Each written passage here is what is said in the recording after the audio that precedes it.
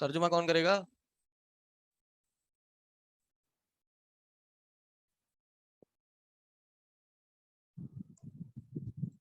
سر میں کروں؟ جی کریں.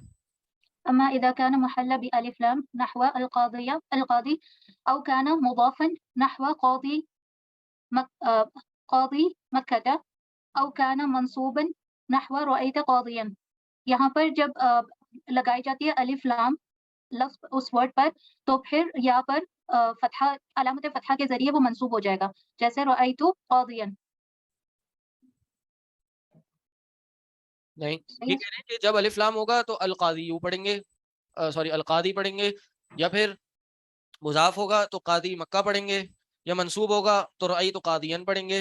کہہ رہے فإن الياء تثبت وتظهر كما ترى في الأمثلة، ان سب میں یا ثابت ہوگی اور ظاہر ہوگی جیسے آپ لوگ ان سالوں میں دیکھ رہے ہیں. سمجھ آ گئی بات؟ جی سر. جی سر. جزاک اللہ. چلیں جی آگے پڑھیں. اب آگے کون پڑھے گا؟ المضاف الی یاء المتکلم، یہ تیسری قسم ہے کس چیز کی؟ تقدیری اعراب کی. او اسما کی جن کا اعراب تقدیری ہوتا ہے. سر میں پڑھوں؟ جی پڑھیے. بسم اللہ الرحمن الرحیم. المضاف الی یاء متکلم، وہ اسم جو کہ یاء متکلم کی طرف مضاف ہوتا ہے. نحو جدی میرے دادا، بلدی میرا شہر، زمیلی میری کلاس فیلو، کتابی میری کتاب. تقدر فیہ العلامات الثلاث، اس میں جو 3 علامات ہیں وہ تقدیری ہیں.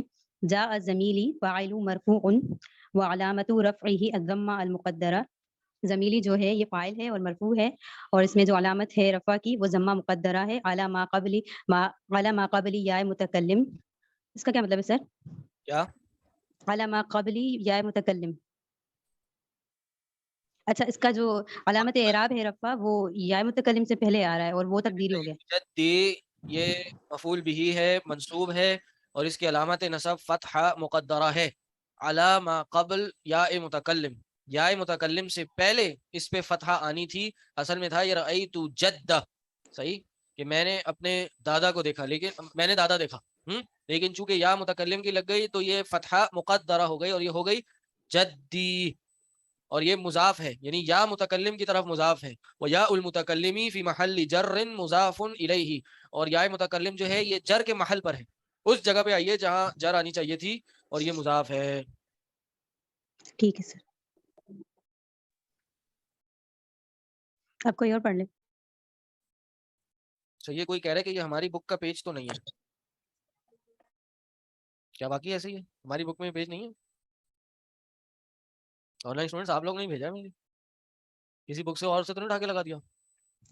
شیخ صاحب یہ جو بکس ہے نا اصل میں یہ المدینہ انسٹیٹیوٹ والوں کی ہے، یہ مور عرب کے متعلق، اور یہ ہماری یہ جو 3rd کلاس کی جو بک ہے دروس اللغات العربیہ یہ اسی میں سے چن کر جو ہے وہ یہ بنائی گئی ہے جہاں تک میرا خیال ہے.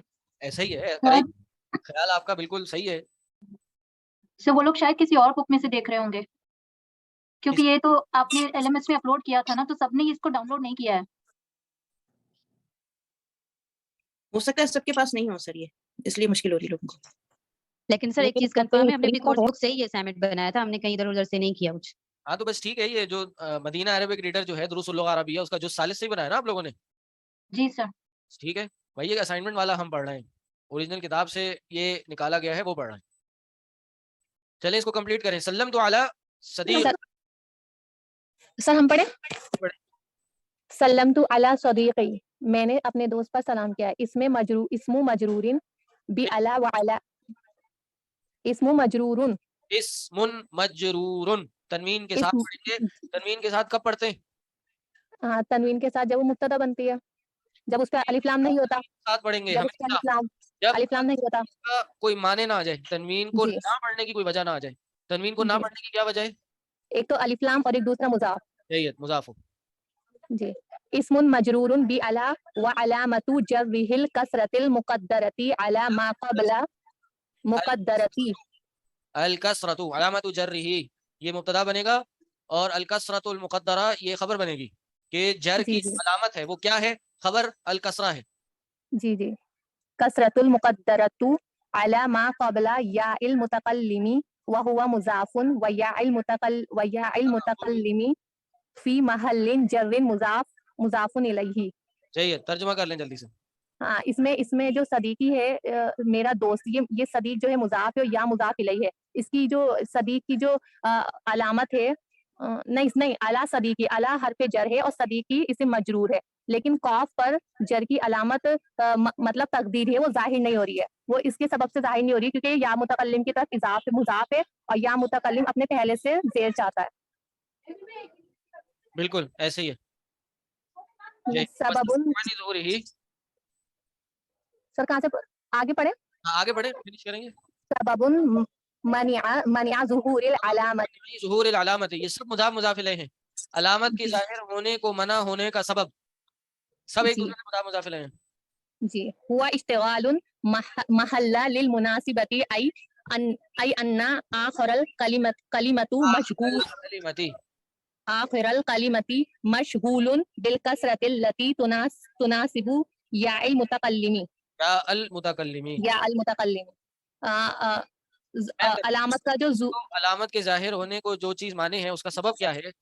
اشتغال المحل للمناسبت. اب یہ ایک اصطلاح ہے، مناسبت کی وجہ سے اس کا جو محل ہے جہاں پر اس نے وہ اعراب ظاہر ہونا تھا وہ مشغول ہو گیا ہے، بزی ہو گیا ہے کسی دوسری مناسب علامت میں. کی وجہ سے. صحیح ہے. جی جیسے رأیت جدی، یہاں پہ فتح آنی تھی لیکن مناسبت یہاں جو محل تھا فتح کا وہ مشغول ہو گیا، بزی ہو گیا. کس کی وجہ سے؟ مناسبت کی وجہ سے.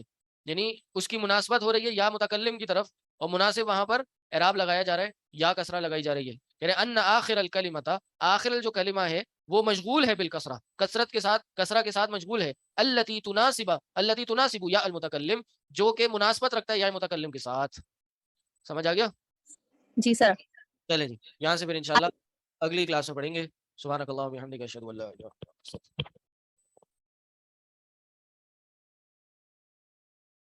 السلام علیکم ورحمۃ اللہ وبرکاتہ. الحمدللہ والصلاۃ والسلام علی رسول اللہ. اما بعد، اعوذ باللہ من الشیطان الرجیم، بسم اللہ الرحمن الرحیم. اعوذ باللہ من الشیطان الرجیم. قالت یا 31 ہے. قالت يا أيها الملأ أفتوني في أمري ما كنت قاطعة أمرا حتى تشهدون. قالوا نحن أولو قوة وأولو بأس شديد والأمر إليك فانظري ماذا تأمرين. اچھا، ایک میں نے بات جو بتائی تھی پچھلی کلاس میں یا اس میں کہ عورت کا ولایت العامہ میں تولیت اختیار کرنا اس میں مسلمانوں کا اتفاق ہے، اجماع ہے کہ جائز نہیں ہے. ولایت عامہ، ولایت خاصہ جو ہے ان امور میں جائز ہے جہاں پہ دیگر شریعت کی پابندی رکھی جائے، مثال کے طور پر اختلاط وغیرہ کی پابندی رکھی جائے. ولایت عامہ سے میں نے جو پچھلی کلاس میں بتایا تھا، ولایت عامہ سے مراد بڑے بڑے جو امور ہیں، خلافت کے امور ہیں. اور ولایت عامہ کی جو کچھ جزئیات ہیں، مثال کے طور پر ججز ہیں، اسی طرح جہاد کے امیر ہیں، فوج یعنی جیسے کہ چیف آف آرمی اسٹاف ہے آج کے زمانے میں، جہاد کے امیر ہے. اور اسی طرح جو ہاں پولیس وغیرہ، پولیس کی ہیڈ ہیں، اس طرح کے جو یہ بھی ولایت عامہ میں آتے ہیں. ٹھیک ہے، یہ میں نے نہیں بتایا تھا، پھر مجھے یاد آیا تھا کہ شاید میں نے بتایا نہیں آپ لوگوں کو، تو ایسا نہ سمجھے کوئی کہ یہ کورٹ کے قاضی بن جانا یا پھر جہاد کے امیر بن جانا یا اس طرح، یعنی جو بھی گورنمنٹ ڈپارٹمنٹس کے جو بھی ہیڈ ہوتے ہیں جہاں پہ گورنمنٹ ڈائریکٹلی انٹروین کرتی ہے اور انٹرفیئر کرتی ہے، وہاں پر بھی عورت کا آنا ولایت عامہ ہی میں کہلاتا ہے. ٹھیک ہے، تو مثال کے طور پر ٹریجرر بن جانا اور وزارت خزانہ جس کو کہتے ہیں، اسی طرح اور بھی جتنی پوزیشنز ہیں. ٹھیک ہے، تو جو بھی وزارت ہو یہ سب ولایت عامہ میں آتے ہیں. تو شاید آپ کو یہ سمجھے ہوں گے کہ ولایت عامہ جب میں نے کہا تو شاید صرف پرائم منسٹر یا پریزیڈنٹ یا خلیفہ ہی مراد ہے، نہیں، بلکہ اس کے نیچے جو گورنمنٹ کے انڈر یہ جو فیلڈز آتی ہیں ان تمام امور میں عورت کا تولیت یا عورت کا اتھارٹی میں آنا حرام ہے، ناجائز ہے. ولایت خاصہ مثال کے طور پر ہاسپٹل وغیرہ میں اگر کہیں اتھارٹی مل جائے یا بزنس میں یا کہیں اسکول کی پرنسپل ہو جائے، ان معاملات میں جو ہے وہ اتھارٹی مل جانا، یہ ولایت کا آ جانا، یہ ولایت خاصہ، یہ جائز ہے دیگر شرائط کے ساتھ. ٹھیک ہے جی، تو کورٹ کا جج بن جانا، اور آپ کہیں بھی اس طرح ماضی میں کوئی ہمیں ملتا نہیں ہے کہ کوئی خاتون نے مسلمان رول کے انڈر جو ہے وہ اس طرح کے فرائض انجام دیے ہوں. سر آیت نمبر 31 شروع کریں گے آج. جی ہاں 30 ایک بات تو یہ ہے. دوسری بات جو ذہن میں تھی وہ یہ ہے کہ سلیمان علیہ السلام نے جو ہدہد سے کلام کیا, اصل میں سلیمان علیہ السلام نے جو اپنی فوج کو اکٹھا کیا, اور 3 کیٹیگریز تھی ان کی فوج میں, ان کے جو لوگ تھے ان میں ایک جنات تھے, ایک انس اور ایک پرندے تھے. تو پرندے جس میں سے ہدہد سے سلیمان علیہ السلام نے کلام کیا تھا اور یہ کہا تھا کہ اگر وہ کوئی دلیل لے کے نہیں آئے گا, کوئی جائز ریزن لے کے نہیں آئے گا, تو پھر اس کو جو ہے وہ ہم شدید عذاب دیں گے یا اس کو ذبح کریں گے, یا پھر وہ کوئی دلیل یا ایویڈنس لا کے دے کہ وہ غائب کیوں ہوا تھا. تو اس سے متعلق یہاں مفسرین اس آیت کے تحت جو ہے وہ جانوروں کو عذاب دینے کے متعلق ذکر کرتے ہیں. اصل میں پہلے تو یہ بات سمجھ لیں کہ جانوروں میں ادراک ہوتا ہے, اگرچہ انسانوں جیسا ادراک نہیں ہوتا. ادراک بمعنی چیزوں کو پرسیو کرنا, سمجھ بوجھ تھوڑی سی رکھنا, ٹھیک ہے. جیسے کہ چیونٹیوں کے بارے میں نے ذکر کیا تھا, اسی طرح شہد کی مکھیوں کے بارے میں کوئی کمیونٹیز وغیرہ ہوتی ہیں, اور یہ جو پرندے ہیں ان میں کچھ ادراک ہوتا ہے, لیکن انسانوں سے ظاہر سی بات ہے کم ہوتا ہے. اسی لیے نا کہ حدیث میں آتا ہے, مسند احمد کی حدیث ہے کہ عائشہ رضی اللہ تعالیٰ عنہا نے ایک نیزہ رکھا ہوا تھا. تو کسی تابعی نے آگے پوچھا, مسند احمد میں بھی ابن ماجہ میں بھی ہے, کسی تابعی نے آگے پوچھا کہ آپ نے نیزہ کیوں رکھا ہوا ہے؟ کہا کہ گرگٹ کو مارنے کے لیے. گرگٹ. تو عائشہ نے کہا کہ میں نے گرگٹ کو مارنے کے لیے رکھا ہوا ہے, کیونکہ اللہ کے نبی صلی اللہ علیہ وسلم نے اس کا حکم دیا تھا کہ یہ وہی تھا کہ جو ابراہیم علیہ السلام جب ان کو آگ میں پھینکا گیا تھا تو یہ مزید اس کو بھڑکا رہا تھا, اور جو مینڈک ہے اس کو مارنے سے منع فرمایا کیونکہ یہ جو ہے اس کو بجھا رہا تھا آگ کو. تو گرگٹ کو مارنا, چھپکلیوں کو مارنا یہ جائز ہے. تو بتایا رہا تھا کہ جانوروں میں ایک تھوڑا سا ادراک ہے نا, جیسے کہ گرگٹ میں, گرگٹ یہ نبی کا دشمن جس نے جو آگ بھڑکانے کی کوشش کر رہا تھا, ٹھیک ہے, تو تھوڑا سا پرسیپشن تھا نا, پرسیو کر رہا تھا چیزوں کو, اگرچہ انسانوں جیسی چیزیں پرسیو نہیں کرتا. اور یہ جو پرندے وغیرہ کلام کر رہے ہیں سلیمان علیہ السلام کے ساتھ, تو ان میں ایک ادراک کا ایک نوع ہے, یعنی ایک نوعیت ہے, اگرچہ انسانوں جیسی عقل اور وہ نہیں ہے, تبھی تو وہ مکلف نہیں ہے. تو بات کیا چل رہی تھی, کہاں سے نکلی تھی؟ ہاں, ان کو عذاب دینے کے متعلق. تو ان کو عذاب دینا کیسا ہے یا ان کو مارنا کیسا ہے, اس کے بارے میں جو ہے وہ اہل علم فرماتے ہیں کہ جیسے کہ میں نے آپ کو یہ ذکر کیا, گرگٹ وغیرہ کو مارنا یہ تو صحیح ہے, اور باقی اگر کوئی نقصان پہنچانے والا جانور ہے تو اس کو بھی مارا جا سکتا ہے. اور اگر ادب کے لیے, تعدیب کے لیے یا کوئی ٹریننگ کے لیے کسی جانور کو مارا جائے تو بھی جائز ہے, جیسے کہ کتوں وغیرہ کی ٹریننگ کے لیے جو ہے وہ کیا جاتا ہے. باقی جانوروں کو مارنا جو ہے یا عذاب دینا تو صحیح نہیں ہے. جیسے کہ ہم دیکھتے ہیں کہ روڈوں پر جو گدا گاڑی پر سوار ہوتے ہیں وہ مارے جا رہے ہوتے ہیں فضول کا, بس کہ چلے بھائی, اگر تو وہ نہیں چل رہا تو ایک دو دفعہ اس کو مار دیا جائے. مسلسل آپ مارے جا رہے ہیں, اس کو عذاب میں مبتلا کر رہے ہیں, عادت بنی ہوئی نہیں. جیسے کہ گاڑی کا وہ ریس دبایا ہوتا ہے نا بندے نے, تو وہ سمجھتا ہے شاید یہ مارنا بھی گدے کی ریس ہے, ٹھیک ہے, پتہ نہیں مطلب ایسا کیوں کر رہے ہیں. ویڈیو آ رہی ہے آن لائن اسٹوڈنٹس کو؟ السلام علیکم صاحب نہیں آ رہی. آواز آ رہی ہے؟ جی آواز آ رہی ہے. بہت زیادہ امپورٹنٹ ہے, تو تب تک صبر کریں, انشاءاللہ پھر ویڈیو بھی آ جائے گی. جی سر لیکن کالے کتے کو مارنے کا حکم دیا ہے آپ صلی اللہ علیہ وسلم نے, تو وہ اس کا کیا ہے؟ سوال کریں آپ. شیخ یہ آپ نے بھی جانور کو مارنے کے حوالے سے کہا نا, تو گھر میں یہ کاکروچ وغیرہ اس بارے میں بھی پھر یہی حکم ہے کہ انہیں مارنا. جیسا کہ کاکروچز گھر پہ زیادہ ہو جاتے ہیں. سر کھا گئی میرا. سر کسی کا مائک آن ہے. سر داؤد لکھا ہوا, اس پہ مائک آن ہے, پلیز آپ ان سے کہتے ہیں.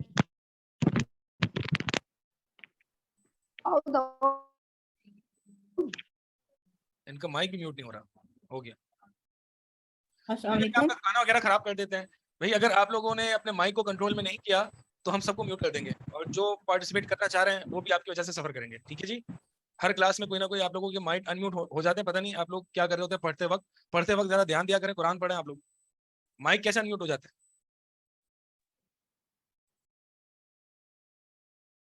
سر مجھے ایک چیز کنفرم کرنی تھی آپ سے, جیسے آپ صلی اللہ علیہ وسلم نے فرمایا تھا نا کہ کالے کتے کو مارنے کا.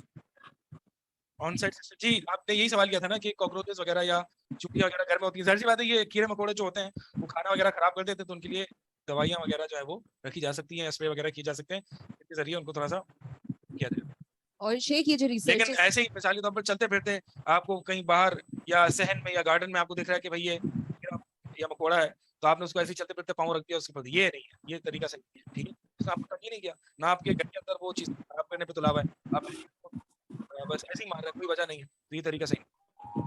سر اسی طرح جو چیٹی لگ جاتی ہے, اسی طرح یہ مچھر اور مکھیاں جو ہیں ان کے بارے میں کیا ہے؟ مکھی مار سکتی تو مار لیں، مکھی ہم سے تو نہیں مرتی، باقی مچھر سپرے وغیرہ سے تو مر جاتی ہے نا سر؟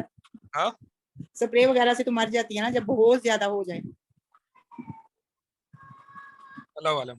بعض اہل علم کہتے ہیں الیکٹرک کرنٹ سے جو ہے نا وہ مکھیوں کو مارنا، کسی عالم سے پوچھیں، مجھے نہیں پتا، مجھے ضرورت نہیں پڑی، آتی ہے تو اڑا دیتے ہیں، اللہ کا شکر ہے، پھر آتی پھر اڑا دیتے ہیں. جب بہت زیادہ مسئلہ آ جائے گا تو پھر میں بھی کسی سے پوچھ لوں گا انشاءاللہ، پھر میں بتا دوں گا.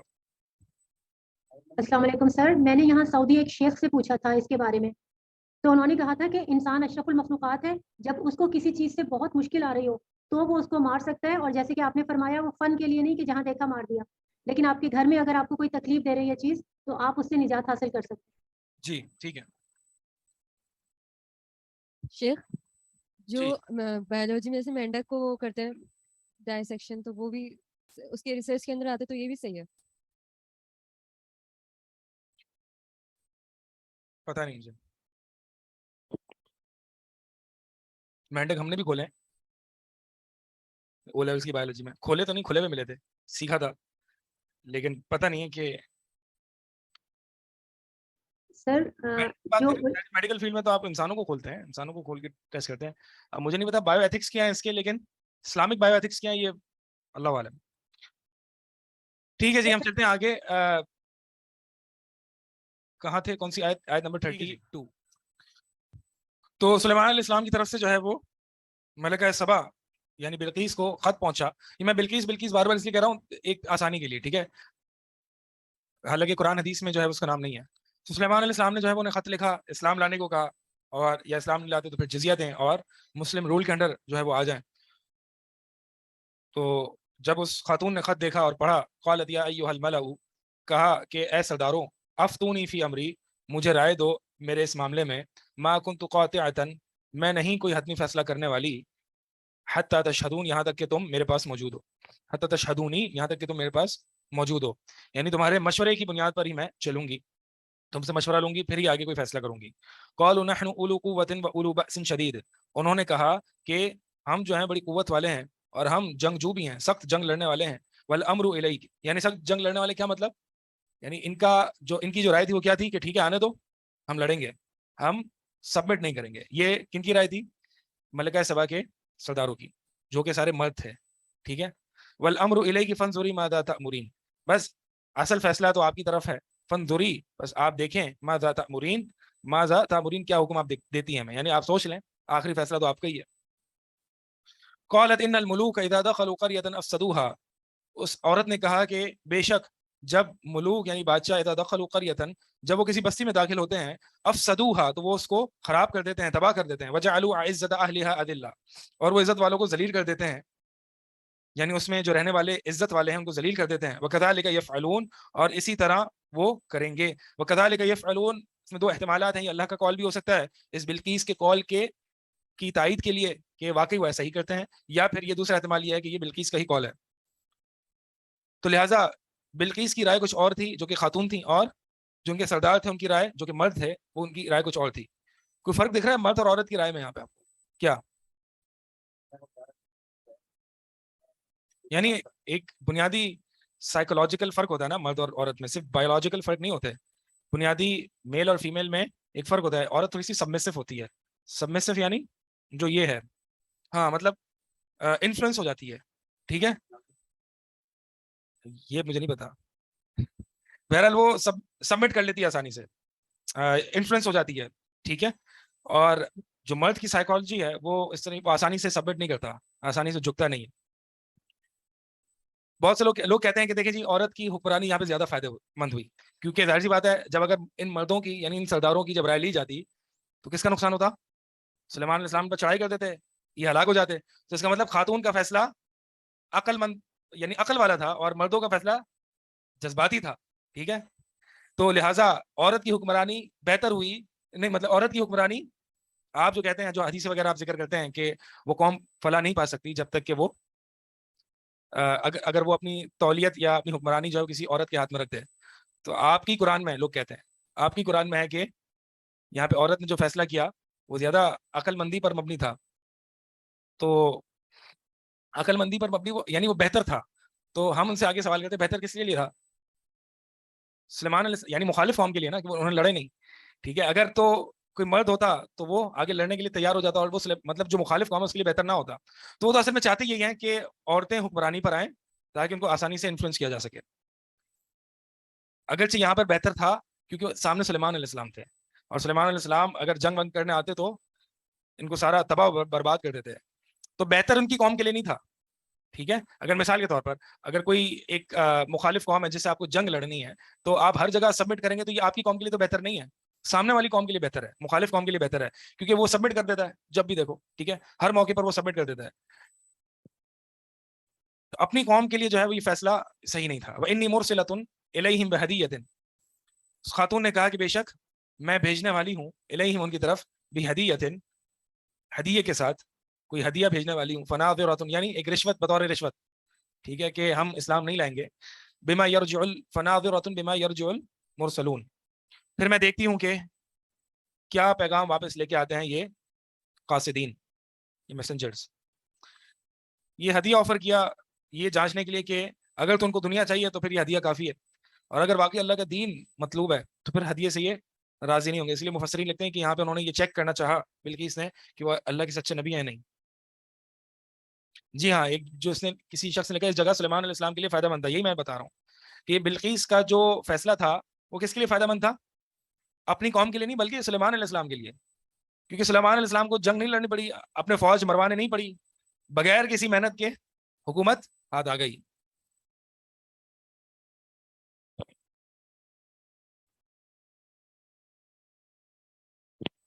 تو بتائیے رہا تھا کہ عورت کی حکمرانی دشمن قوم کے لیے بہتر ہوتی ہے، اپنی قوم کے لیے مہلک ہوتی ہے.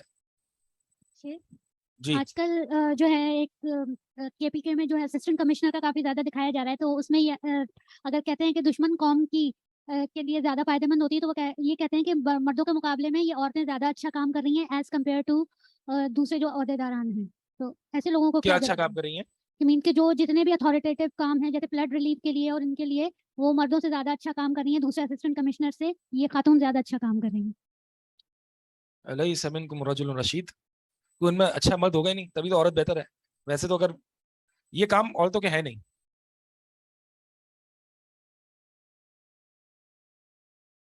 جتنی یہ نون لیگ وغیرہ، مریم نواز وغیرہ، یہ فارغ ترین لوگ ہیں، ٹھیک ہے، یہ ان کو یہ شریعت کے مخالف ہیں، اللہ کے نبی صلی اللہ علیہ وسلم کے احکامات کے مخالف ہیں. یہ آپ دیکھیں نا، آپ ایک مسلمان مرد کے لیے جائز ہے کہ وہ اہل کتاب عورت سے شادی کرے، اور اہل کتاب مسلمان عورت کے لیے جائز نہیں کہ وہ اہل کتاب مرد سے شادی کرے. پتہ ہے کیوں؟ ہاں، انفلوئنس والی بات ہی ہے، وہ عورت انفلوئنس ہو جاتی ہے، ٹھیک ہے. عورت عموماً اپنے مرد کے دین پہ چلتی ہے. بہت کم آپ کو ایسا ملے گا کہ عورت ہسبینڈ اور وائف میں جو ہے وہ مسلکی یا مذہبی اختلاف ہے. عموماً جو مرد کا ہوتا ہے، اللہ یہ کہ مرد بھی زیادہ جو ہے وہ سبمسو ہو تو وہ عورت کے اس پہ چلنا شروع کر دے. بہرحال یہ تھوڑی سی نارمل سے ہٹ کے، لیکن عموماً جو ہے وہ مرد زیادہ انفلوئنشل ہوتا ہے اور عورت جو ہے وہ سبمسو ہوتی ہے. یہ میں نہیں کہہ رہا، آپ کو فارغی ریسرچ وغیرہ پڑھ لیں. بہرحال تو ان کو ہدیہ بھیجا اور دیکھا کہ پھر کیا ہمیں جواب ملتا ہے. فلما جاء سلیمان، بس جب آیا سلیمان کے پاس، فلما جاء سلیمان، بس جب وہ سلیمان کے پاس آیا، قال اتمدوننی بمال، سلیمان علیہ السلام نے کہا کہ کیا تم مدد کرتے ہو میری مال کے ساتھ. فما آتانی اللہ خیر مما آتاکم، جو اللہ تعالیٰ نے مجھے دیا ہے وہ زیادہ بہتر ہے جو تم مجھے دے رہے ہو. بل انتم بہدیتکم تفرحون، بلکہ تم ہی اپنے تحفے پر خوش ہوتے ہو. یعنی یہ دنیا مطلب نہیں ہے میرا. اس سے ہمیں یہ پتہ چلتا ہے کہ جو مسلمان ہے، بلکہ دیکھنا چاہیے کہ ایک ہدیہ دینے والا ہدیہ کیوں دے رہا ہے، اس کے کیا مقاصد ہو سکتے ہیں. ٹھیک ہے، بہت دفعہ ایسا ہوتا ہے کہ ہدیہ دے کے سامنے والے کو دبایا جائے، یا ہدیہ دے کے سامنے والے کو اپنے انڈر رکھا جائے. بہت سے آپ دیکھیں جو حکومتی سطح پر جن علماء کو کنٹرول کیا جاتا ہے ان کو پہلے ہدیے دیے جاتے ہیں. اس لیے احمد ابن حنبل رحمہ اللہ جو کہ امام اہل سنت تھے، وہ کسی بھی اپنے گورنمنٹ سے یا اپنے خلیفہ وقت کے تحفے تحائف کو قبول ہی نہیں کرتے تھے. حالانکہ جائز تھا لیکن وہ قبول ہی نہیں کرتے تھے کہ کہیں لچک نہ آ جائے، کہیں فلیکسیبلٹی نہ آ جائے. کہ ظاہر سی بات ہے جب کوئی شخص آپ پر احسان کرتا ہے تو آپ اس کے معاملے میں تھوڑا سا کمپرومائز کرنے لگتے ہیں.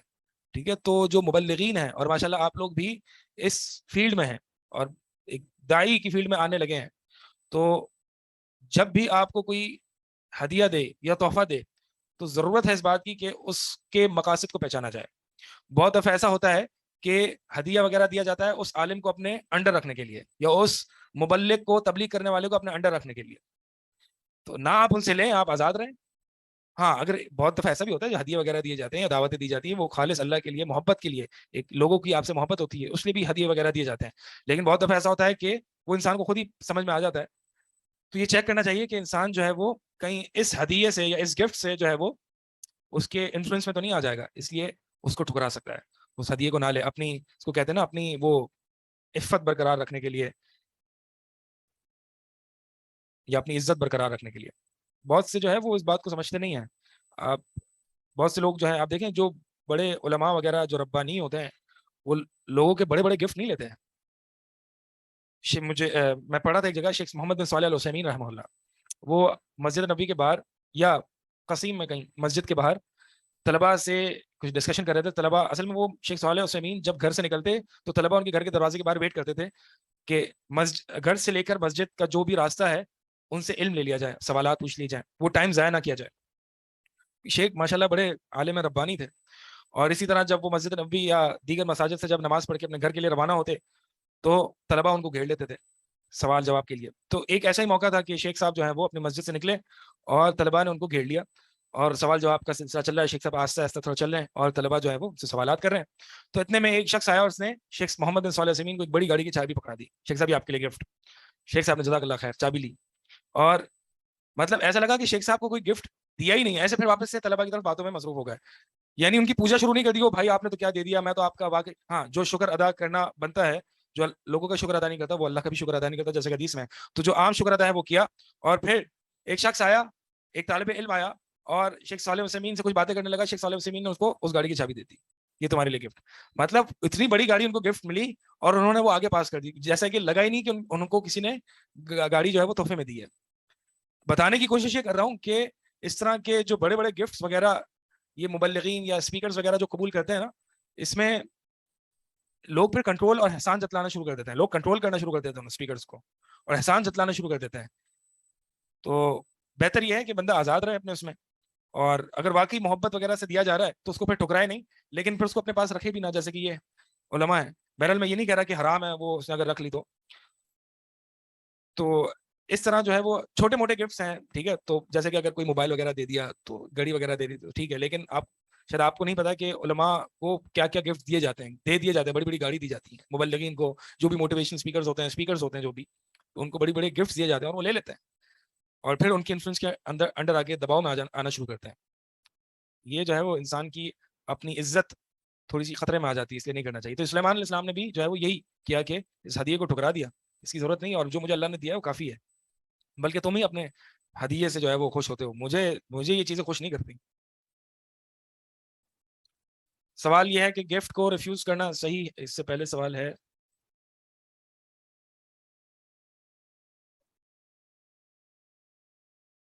قرآن ٹیچر گفٹ لے سکتا ہے اسٹوڈنٹ سے؟ اگر آپ اپنی بات کر رہی تو ٹھیک ہے, میری بات کر رہی تو ٹھیک نہیں ہے.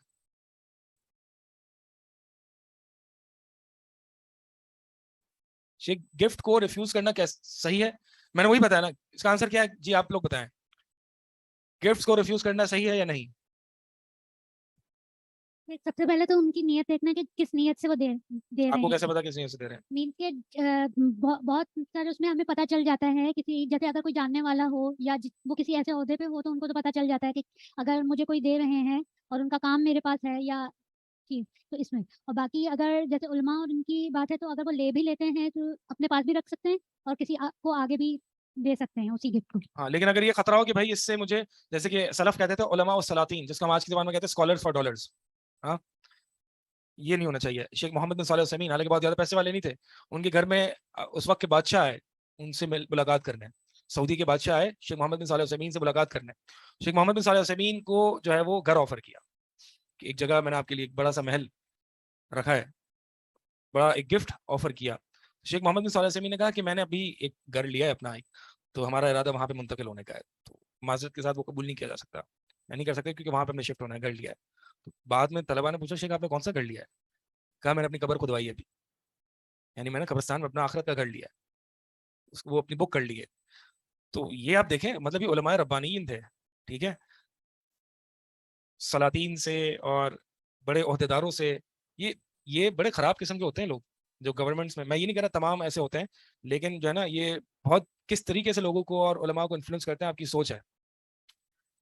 ہمارے پاس کچھ نام ہیں لیکن وہ نام نہیں لیں گے,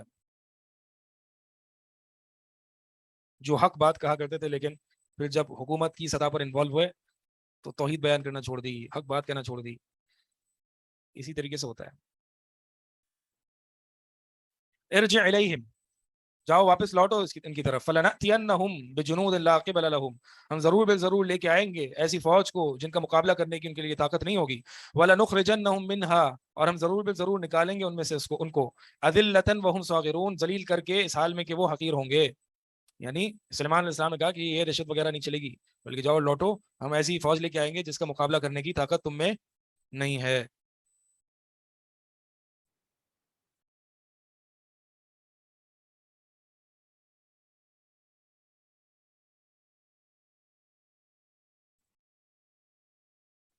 مجھے کچھ اسٹوڈنٹس نے گفٹ دیے, میں کنفیوز ہوں کہ میں لوں یا نہیں لوں. بھائی دیکھیں میں نے ایسا نہیں کہا کہ آپ نے گفٹ لینے ہی نہیں ہے, میں نے یہ نہیں کہا ہے.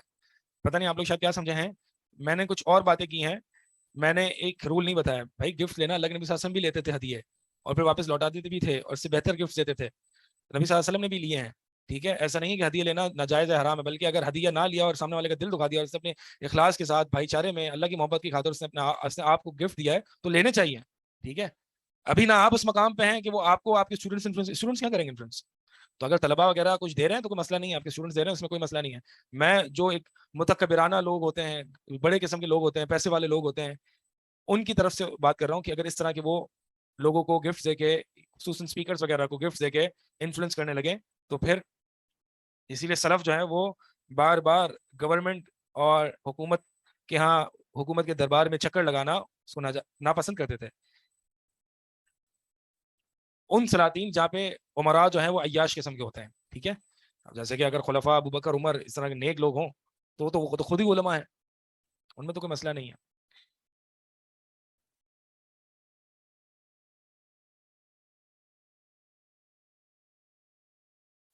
قال یا ایھا الملأ ایکم یأتینی بعرشها قبل ان یأتونی مسلمین.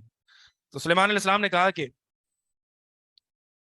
اے سردارو, ایکم یأتینی بعرشها, کون تم میں سے میرے پاس اس کا عرش لے کے آئے گا, قبل ان یأتونی مسلمین, اس سے قبل کہ وہ میرے پاس تابع اور فرمانبردار ہو کے آ جائیں, یا اس سے قبل وہ میرے پاس مسلمان بن کے آ جائیں. دونوں معنی ممکن ہے. یعنی اس سے پتہ چلا تھا کہ بلقیس اور ان کے جو سردار وغیرہ تھے وہ وہاں سے اپنی جگہ سے نکل چکے تھے سلیمان علیہ السلام سے ملاقات کرنے کے لیے.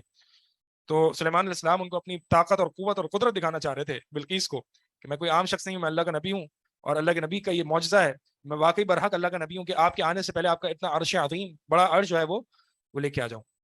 ٹھیک, نبی جو ہے وہ اپنی نشانی دکھانا چاہ رہے تھے اور اپنی قدرت اور طاقت دکھانا چاہ رہے تھے. قال عفریت من الجن, اور کافروں کو طاقت دکھانا, اپنی قدرت دکھانا, یہ بالکل مطلوب ہے. اللہ تعالیٰ نے قرآن میں فرمایا کہ ان کے لیے طاقت اور قوت گھوڑوں میں سے اور تیروں میں سے, ویپنز میں سے تیار کرو جس کے ذریعے تم اللہ کے دشمنوں کو ڈرایا کرو. تو اپنے آپ کو نیوکلیر پاور اور اپنی آرمی اور فوج اس کے نظارے کرنا, لوگوں کو دکھانا, اس سے دشمن کو ڈرانا مقصد ہے, تو یہ جائز بلکہ اچھی چیزیں مطلوب ہے, کرنا چاہیے. یہ شو آف نہیں ہے, اس کو کرنا چاہیے. قال عفریت من الجن انا آتیک بہ قبل ان تقوم من مقامک. تو جنوں میں سے عفریت نامی, عفریت اصل میں کہتے ہیں اس مادے کا معنی ہے شریر قسم کا اور باغی قسم کا جو ہے یہ معنی پایا جاتا ہے, یعنی باغی قسم کا یا شریر قسم کا جن. اس نے کہا انا آتیک من قبل ان تقوم من مقامک, کہ میں اس عرش عظیم کو لے کے آؤں گا آپ کے پاس اس سے پہلے کہ آپ اپنی جگہ سے کھڑے ہو جائیں. یعنی اتنا جلدی لے کے آؤں گا میں. اس سے پتہ چلا کہ جنوں میں کتنی طاقت اور قدرت ہوتی ہے کہ وہ فوراً سے لمحے بھر میں چیزوں کو ایک جگہ سے دوسری جگہ منتقل کر سکتے ہیں, جیسے کہ آسمانوں سے خبریں لا کے نجومی تک پہنچا سکتے ہیں. وَإِنِّي عَلَيْهِ لَقَوِيٌّ أَمِينٌ, اور بے شک میں اس کام پر بڑا قدرت والا اور قوت والا ہوں, امین اور امانت دار ہوں. اہل علم فرماتے ہیں کہ اپنی صفائی پیش کرنے کی ضرورت اس لیے پڑی کیونکہ ان کی ریپوٹیشن اچھی نہیں ہوگی, کہ انہوں نے کہا کہ میں امین ہوں, میں امانت دار ہوں, یعنی میں خیانت نہیں کروں گا. اور یہ بات جو ہے وہ عفریت نام سے بھی واضح ہو رہی ہے. تو آپ اس سے پہلے کہ کھڑے ہوں گے اپنی جگہ, اس سے پہلے میں ان کا عرش لے کے آ جاؤں گا, اتنے سینکڑوں میل دور عرش. جن لے کے آ جائے گا. قال الذی عنده علم من الکتاب, اس نے کہا جس کے پاس کتاب کا علم تھا, انا آتی کا بھی قبل ان یرتد الیک طرفک, کہ میں اے سلیمان علیہ السلام آپ کے پاس اس عرش کو لے کے آؤں گا اس سے قبل کہ آپ کی آنکھ آپ کی طرف جھپکے. نہیں, ابھی آنکھ جھپکے گی نہیں, آپ کی پلک جھپکے گی نہیں, اور اس سے پہلے عرش حاضر ہوگا. جیسے ہی سلیمان علیہ السلام نے پلک جھپکی, فلما رآہ مستقرا, تو انہوں نے دیکھا کہ عرش جو ہے وہ ان کے پاس قرار پا گیا, یعنی رکھا ہوا تھا, یعنی لمحے بھر میں, اگلے ہی سیکنڈ میں سلیمان علیہ السلام نے دیکھا کہ ان کے سامنے عرش رکھا تھا. اب سوال یہ ہے کہ یہ علم من الکتاب یہ کون سا علم ہے؟ بہت سے لوگوں نے اپنی اپنی طریقے سے باتیں کی, لیکن صحیح بات یہ ہے کہ نہ قرآن سے کوئی دلیل ملتی ہے نہ حدیث سے کوئی دلیل ملتی ہے کہ یہ علم کون سا تھا, اور یہ بھی واضح نہیں ہے کہ یہ الذی کون تھا, جن تھا یا انسان تھا. بہرحال بعض اہل علم فرماتے ہیں کہ یہ جن ہی تھا, اور بعض اہل علم فرماتے ہیں کہ یہ انسان تھا, کیونکہ الذی سے تو نہ جن ہونا واضح ہو رہا ہے اور نہ انسان ہونا واضح ہو رہا ہے. اور یہ کون سا علم تھا, اللہ عالم. بعض لوگوں نے لکھا ہے کہ یہ کوئی, جیسے کہ آپ دیکھیں نا کہ ایک بات کو منتقل کرنا ایک جگہ سے دوسری جگہ, اگر آج سے 1000 سال پہلے یہ بات کہی جاتی کہ اگر آج سے 1000 سال پہلے اگر کوئی شخص یہ بات کرتا کہ میں ایک بات کو, آپ کی بات کو دوسری جگہ منتقل کر سکتا ہوں ود ان اے سیکنڈ, تو اس وقت شاید یہ عجیب ہوتا, لیکن آج یہ عجیب ہے یا نہیں ہے؟ عجیب ہے. اگر آج آپ سے کوئی کہے کہ میں آپ کی بات امریکہ تک ود ان اے سیکنڈ منتقل کر سکتا ہوں, حیران کن بات ہے یہ, نہیں ہے نا بھائی, فون وغیرہ کی ٹیکنالوجی موجود ہے, یہ بھی ایک علوم میں سے ایک علم ہے. اللہ عالم. بعض مفسرین نے کچھ یہ بات کہی ہے, ایک اہل حدیث عالم ہے کہ ان کی یہ میں بات پڑھا تھا, یہ کون ہے بہرحال مجھے نام یاد نہیں آ رہا, تو انہوں نے کہا تھا یہ ہو سکتا ہے اس وقت اس علم کو واضح نہ کیا ہو, کہ اس وقت شاید اس کا سوچنا ممکن نہ ہو, لیکن آج اس کو پرسیو کیا جا سکتا ہے کہ جب قول ایک جگہ سے دوسری جگہ اتنا سیکنڈ منتقل ہو سکتا ہے, تو کوئی مٹیریل چیز بھی ایک جگہ سے دوسری جگہ آنکھ جھپکنے کے برابر منتقل ہو سکتی ہے, اگرچہ سائنس نے بھی ایسی کوئی ٹیکنالوجی دریافت نہیں کی, ٹھیک ہے, کہ مثال کے طور پر یہ گلاس جو ہے وہ اتنا سیکنڈ منتقل کر دیا جائے, لیکن ہو سکتا ہے آگے ان فیوچر ہو جائے. لیکن چونکہ ابھی ہمیں سائنس نے وہ چیزیں دکھا دی ہیں کہ جو پہلے پرسیو نہیں کر سکتا تھا انسان, جو پہلے اس کا ادراک نہیں کر سکتا تھا, سوچ بھی نہیں سکتا تھا, تو آج سائنس نے وہ چیزیں دکھا دی ہیں. تو یہ کون سا علم تھا؟ ہو سکتا ہے کہ کوئی اس طرح کا کوئی علم ہو. اور سلیمان علیہ السلام کی فوج تو پھر سلیمان علیہ السلام کی سلطنت تو پھر سلیمان علیہ السلام کی سلطنت تھی. تو اللہ عالم یہ کون سا علم تھا, کیا تھا, اس پہ کچھ رائے جو زیادہ بہتر معلوم ہوئی وہ ایک یہ رائے تھی جو میں نے آپ کے سامنے ذکر کی, اگرچہ اس پہ بھی کوئی حتمی فیصلہ نہیں کیا جا سکتا. واضح؟ کوئی سوال ہے یہاں تک؟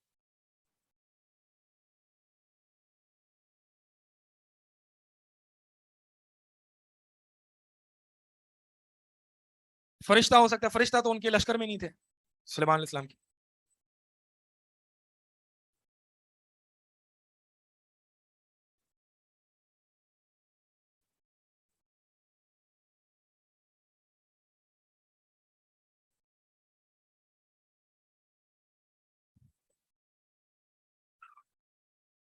آج میرا دوسرا بھی پیریڈ ہے نا آپ کے پاس, تو آپ لوگوں کو بریک چاہیے جی؟ سلو کیا؟ تو سلو پڑھاتے تو بریک نہیں چاہیے ہوتی, ہم جب سلو پڑھ رہے ہوتے تو ہمیں بریک چاہیے ہوتی ہے. چلے بھائی تیز پڑھاتے جی.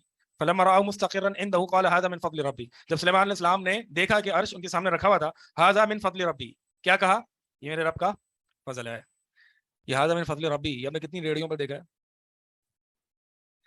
پان کا کھوکا بھی ہوگا اس پہ لکھا ہوا ہوگا هذا من فضل ربي, سگریٹ بیچ رہا اور کہہ رہا هذا من فضل ربي. لیبلونی اشکر ام اکفر, اصل میں لوگ پتہ نہیں یہ سمجھتے ہیں کہ ہم اس کو اپنے دکان کے آگے لکھنے سے اس میں کوئی دکان میں برکت ہو جائے گی. بھائی لکھنے وکھنے سے کچھ نہیں ہوتا, ھذا من فضل ربی یہاں ہونا چاہیے اور اعضاء میں ہونا چاہیے, یہ دکان کے اوپر اور سجانے کے لیے فریمز نہیں ہیں. یہ لیبلونی اشکر ام اکفر, تاکہ وہ مجھے آزما رہا ہے, یہ میرے رب کا فضل ہے تاکہ وہ مجھے آزمائے. یعنی میرے رب نے مجھے فضل کیوں دیا؟ تاکہ وہ مجھے آزمائے. اشکر ام اکفر, کہ میں اس کا شکر ادا کرتا ہوں یا اس کی ناشکری کرتا ہوں. کفر جو ہے وہ ناشکری کے معنی میں بھی آتا ہے, جیسے کہ حدیث میں آتا ہے نا, عورتوں کی کثرت جہنم میں ہوگی یکفرن بالعشیر, کہ وہ شوہروں کے ساتھ کفر کرتی ہوں گی, یعنی شوہروں کی نافرمانی کرتی ہوں گی. ومن شکر فانما یشکر لنفسہ, بس جو شخص شکر کرتا ہے تو وہ اپنے نفس کے لیے ہی شکر کرتا ہے, یعنی اس کا فائدہ اسی کو ہے, اللہ کو کوئی, اللہ کی ملکیت میں کوئی اضافہ نہیں ہو جانا. تمام مل کے بھی، تمام مخلوق مل کے بھی اگر ایک متقی انسان کی مانند ہو جائیں تو اللہ کی ملکیت میں ذرہ برابر بھی اضافہ نہیں ہوگا، اور تمام مل کے ایک فاجر انسان کے برابر بھی ہو جائیں تو اللہ کی ملکیت میں ذرہ برابر بھی نقص نہیں ہوگا۔ اللہ تعالیٰ غنی ذات ہے، اللہ کو تمہارے شکر کی ضرورت نہیں ہے، شکر کرتے ہو تو آپ کہ اپنے لیے ہے، آپ کو ہی فائدہ ہوگا۔ ومن کفر فإن ربی، بہت سے لوگ کہتے ہیں کہ اللہ کو میری عبادت کی کیا ضرورت ہے، ہم کہتے ہیں کوئی ضرورت نہیں ہے، تو اگلا سوال کہتے ہیں پھر اللہ نے ہمیں عبادت کے لیے کیوں پیدا کیا؟ تو اس کا مطلب یہ تھوڑی ہے کہ اللہ تعالیٰ کوئی چیز کرتا ہے تو اس کو اس کی چیز کی ضرورت ہوتی ہے، یہ تو انسانوں کے ساتھ قاعدہ اور قانون ہے۔ اللہ لیس کمثلہ شیء، اللہ کی مثل کوئی چیز نہیں ہے۔ انسان جو بھی کچھ کرتا ہے تو وہ کس لیے کرتا ہے؟ اس کی حاجت کے لیے، ٹھیک ہے؟ حتیٰ کہ اگر وہ کسی فقیر کو کھانا کھلاتا ہے تو وہ اس کے اندر جو بے قراری اور بے چینی ہوتی ہے، جو ترس آ رہا ہوتا ہے، اس کو ڈاؤن کرنے کے لیے وہ کھانا کھلاتا ہے۔ تو ان دی اینڈ فائدہ انسان کو خود ہی ہوتا ہے۔ انسان کوئی بھی چیز ایسا نہیں ہو سکتا کہ انسان کوئی بھی فیل کرے اس کو حاجت نہ ہو، انسان ہر چیز اپنے لیے کرتا ہے۔ اگرچہ میں اس کو سیلفش نہیں کہوں گا، یہ انسان کا نیچر ہے، ٹھیک ہے؟ انسان کا نیچر ہے۔ تو بہت سے لوگ یہ کہہ سکتے ہیں کہ انسان جو ہے وہ کسی کی مدد کرتا ہے تو وہ اپنے لیے تو نہیں کرتا، تو اس کا کیا جواب ہے؟ انسان مدد کرتا ہے لوگوں کی، اپنے لیے تو نہیں کرتا، اور آپ نے کہا کہ انسان جو بھی کام کرتا ہے وہ اس کی حاجت ہوتی ہے اس کو۔ ہاں مجھے لگ رہا ہے سب سو رہے ہیں، اس لیے میں نے بتا دیا تھا اس کا آنسر، اور میں نے یہ بتایا کہ انسان کے اندر بے چینی سی، بے قراری سی، ایک ترس آ رہا ہوتا ہے، ایک رحم آ رہا ہوتا ہے۔ اب اگر وہ اس کی ہیلپ نہیں کرے گا تو یہ بڑھتا رہے گا، بے چینی سی چلتی رہے گی، ٹھیک ہے؟ تو اس چیز کو ایڈجسٹ کرنے کے لیے وہ سامنے والے کی مدد کرتا ہے۔ لہذا یہ قانون کہ انسان کوئی بھی چیز کرتا ہے تو وہ اپنی ضرورت کو پورا کرنے کے لیے، اس کو اس کی حاجت کے لیے کرتا ہے، یہ قانون اللہ کے لیے اپلائی نہیں ہوتا۔ کیوں؟ کیونکہ اللہ لیس کمثلہ شیء، اس کی کوئی مثل نہیں ہے۔ تو لہٰذا تم جو بات کر رہے ہو کہ اللہ نے ہمیں پیدا کیا ہے عبادت کے لیے، تو اس کا مطلب یہ ہوا کہ اللہ کو عبادت کی ضرورت ہے۔ یہ قاعدہ مخلوق پر اپلائی ہوتا ہے کہ کوئی انسان کوئی چیز کرتا ہے تو وہ اس کو ضرورت ہوتی ہے، اللہ کے لیے یہ قاعدہ اپلائی نہیں ہوتا، کیونکہ اللہ خالق اور ہم مخلوق ہیں۔ اور treating similar things alike and different things differently, یہ ایک عقلی قانون ہے، چونکہ وہ خالق ہے اور میں مخلوق ہوں، لہٰذا treating different things alike یہ غیر معقول ہے، یہ illogical ہے۔ ومن شکر فإنما یشکر لنفسہ، تو جو شخص جو شکر کرتا ہے وہ اپنے نفس کے لیے کرتا ہے، اللہ کو اس کا کوئی فائدہ نہیں پہنچتا، اللہ کو کچھ بھی فائدہ نہیں ہوتا اس سے۔ ومن کفر فإن ربی غنی کریم، اور جس شخص نے کفر کیا بس بے شک اس کا رب، فإن ربی بے شک میرا رب، غنی کریم، غنی ہے، بے پرواہ ہے، کریم کرم کرنے والا ہے۔ یعنی اللہ تعالیٰ بے پرواہ ہے، اس کا مطلب یہ نہیں ہے کہ بے پرواہ ہے تو وہ کرم نہیں کرے گا، رحم نہیں کرے گا، بلکہ وہ ایسا بے پرواہ ہے لیکن وہ کیئر بھی کرتا ہے، مطلب کرم بھی کرتا ہے لوگوں پر۔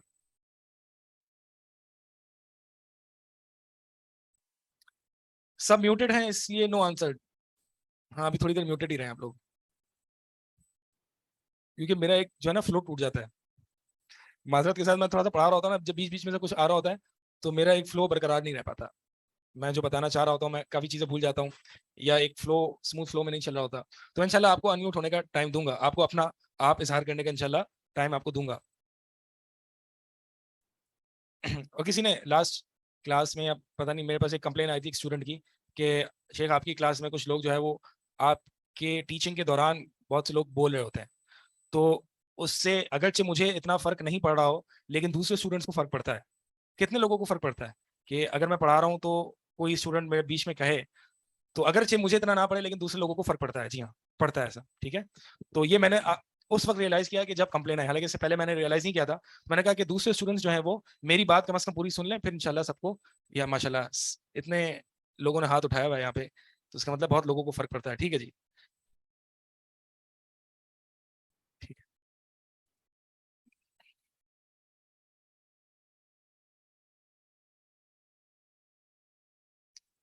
اگلی آیت نمبر 41، قال نکروا لها عرشها ننظر اتهتدي ام تكون من الذين لا يهتدون۔ قال، سلیمان علیہ السلام نے کہا کہ نکروا لها عرشها، کہ نکرو، نکرہ بھی اسی سے نا، نکرہ کس کو کہتے ہیں؟ جو کہ معرفہ نہیں ہوتا، جو کہ معین نہیں ہوتا، غیر معین، یعنی اس کو بے پہچان بنا دو، اس کی پہچان ختم کر دو، یا اس کو جو ہے وہ اسٹرینج بنا دو۔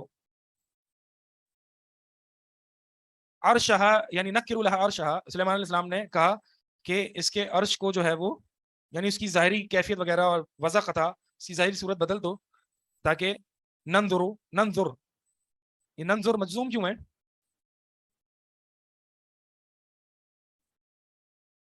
مجزوم کیوں ہے یہ؟ ننظرو ہونا چاہیے تھا، مضارع ہے نا، مضارع متکلم. لہا میں لا کی وجہ سے یا لام کی وجہ سے؟ لام کی وجہ سے نہیں، تو لہا تو ہا پر آ رہا ہے نا. کیا کنیکشن بن رہا ہے؟ یہ لہا میں لام نے ننظر کو مجزوم کر دیا. اچھا جی ہاں، جواب امر ہے. نکرو فعل امر ہے نا. امر کے جواب میں جو فعل مضارع آتا ہے وہ بھی کیا ہوتا ہے؟ مجزوم ہوتا ہے. نکر الحرشا ننظر، ہم دیکھیں گے. اتہتدی کہ کیا وہ ہدایت پاتی ہے، یعنی وہ پہچان لیتی ہے. ہم تکون من الذین لا یہتدون، یا ان لوگوں میں سے ہوتی ہے کہ جسے پہچان نہ ہو. یعنی سلیمان علیہ السلام نے یہاں پہ کیا کرنا چاہا؟ بلقیس کا امتحان لینا چاہا کہ بلقیس جس کی ایک بڑی سلطنت ہے، جس کو چیزوں میں سے ہر چیز دی گئی تھی جیسے کہ پچھلی آیتوں میں ہے، تو اس کے پاس اتنی بڑی سلطنت ہے، ہم اس کا عرش اس کی ظاہری وضع کا تبدیل کر کے اس کی عقل کا امتحان لینا چاہیں کہ آیا کہ وہ اپنے عرش کو پہچانتی ہے یا نہیں پہچانتی. فلما جاءت قیل اہکذا عرشک، پس جب وہ بلقیس آ گئی. اب دیکھیں اس سٹوری میں کتنے سکپ کی گئی ہیں چیزیں، ڈیٹیلز بہت سکپ کی گئی ہیں، کیونکہ یہ سٹوری بک نہیں ہے، یہ قصے کہانی کی کتاب نہیں ہے، بلکہ جہاں پہ جس قصے میں جس ڈیٹیل میں بہت سارے لیسنز ہوں گے ہمارے لیے، وہی اللہ تعالیٰ نے ذکر کیا ہے.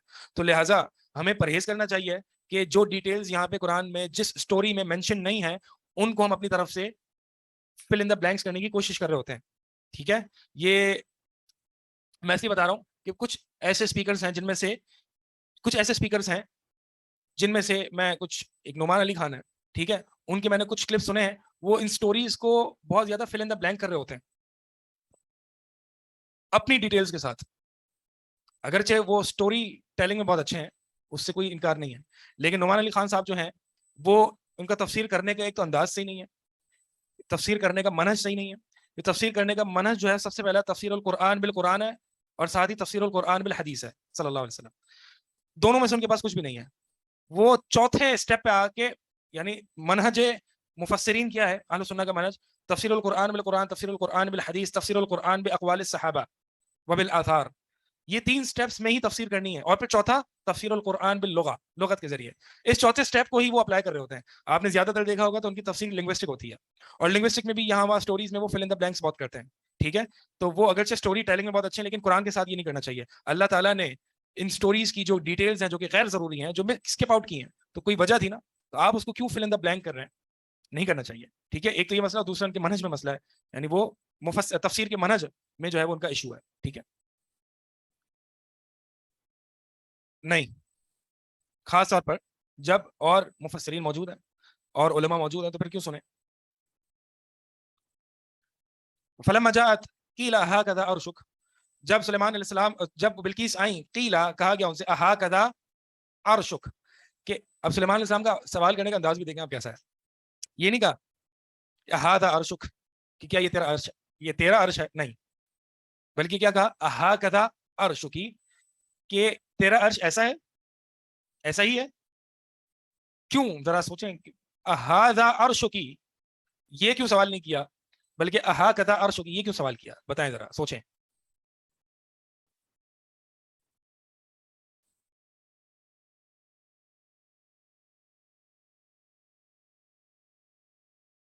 جی تو اس کی کیوں؟ ظاہری وضع قطع میں تو ہاں، سے امتحان کا مقصد بہت ہو جاتا. ٹھیک ہے، اگر سلیمان علیہ السلام یہ کہتے تھے یہ آپ کا عرش ہے، تو اس کو ہنٹ مل جاتی کہ عرش میرا غائب ہوا ہے. لیکن سلیمان علیہ السلام نے کہا کہ کیا یہ آپ جیسا عرش ہے، یعنی آپ کے عرش جیسا ہے.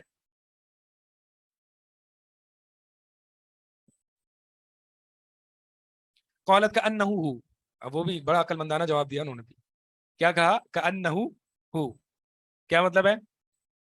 گویا یہ وہی ہے. یہ نہیں کہا یہ وہی ہے، کیونکہ چینج تھا بظاہر تو چینج لگ رہا تھا. اور یہ بھی نہیں کہا کہ نہیں یہ میرا نہیں ہے، کیونکہ وہ اپنی چیز کو پہچانتی تھی. تو بڑا صحیح جواب دیا, اور وہ کیا ہے, گویا یہ وہی ہے. وَأُوتِينَا الْعِلْمَ مِنْ قَبْلِهَا وَكُنَّا مُسْلِمِينَ. بھائی ترجمہ کریں, چلیں میں تھک گیا ہوں, آپ آن سائن اسٹوڈنٹ میں سے ایک ایک کر کے ترجمہ کریں. ترجمے کی صلاحیت بڑھائیں. ہمارے پاس 2 پیریڈ ہیں, تو کم از کم کچھ نہ کچھ آپ بھی کریں. خصوصاً یہ آخری پیریڈ ہے اور دن کا آخری حصہ ہے, تو اس میں تھوڑی سی انرجی ڈاؤن ہوتی ہے. جی جی, سب سے لیفٹ سے شروع کریں, جو خاتون لیفٹ پہ بیٹھی ہیں وہ سب سے پہلے. جی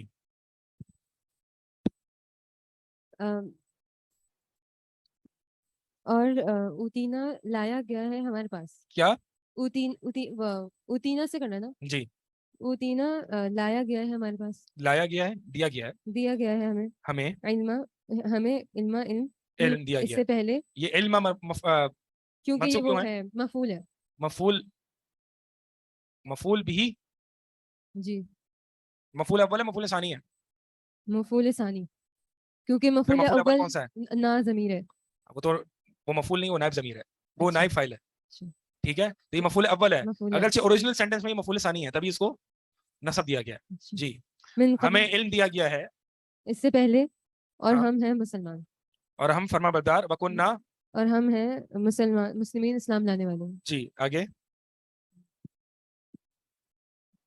وَصَدَّهَا مَا كَانَتْ تَعْبُدُ مِن دُونِ اللَّهِ, اور وصدھا, جی, اور روکا ہاں, اس نے جس کی وہ عبادت روکا کرتی, اس کو, اس کو روکا اس نے. کو روکا اس صدہ نے, میں ضمیر مستتر ہے, اور ہا ضمیر مفعول بھی ہے. اس کو روکا اس نے, اس ایک نے روکا اس کو. ٹھیک ہے, جس کی کرتی تھی وہ پرستش اللہ کے سوا. ہاں, انہا کانت من قوم کافرین, بے شک وہ تھی قوم کافروں کی قوم سے. وصدھا ما کان تعبد من دون اللہ, اور اس نے روکا, وصدھا روکا اس عورت کو, کس نے روکا؟ الذی کانت تعبد من دون اللہ, یا ما موصولہ ہے. ایک تفسیر یہ ہے, تو الذی روکا بلقیس کو, کس چیز نے روکا؟ ما کانت تعبد من دون اللہ, جو اللہ کے سوا وہ دوسرے کی عبادت کر رہی تھی. یعنی سورج کی عبادت نے, یعنی سورج نے اس کو روک دیا اللہ کی توحید سے. اور دوسرا اگر ماں مصدریہ لیں گے, ماں مصدریہ پتہ ہے کیا ہوتا ہے؟ ہاں, جو فعل مضارع کو مصدر کے معنی میں کرتے ہیں, مصدر معول, نہیں پتا؟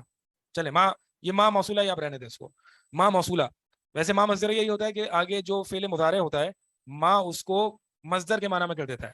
یعنی تعبدو کو عبادتن کے معنی میں کر دیا, یعنی وصدھا عبادت من دون اللہ. سمجھ آ رہی ہے؟ تو غیر اللہ کی عبادت نے اس کو اللہ کی عبادت سے روک دیا.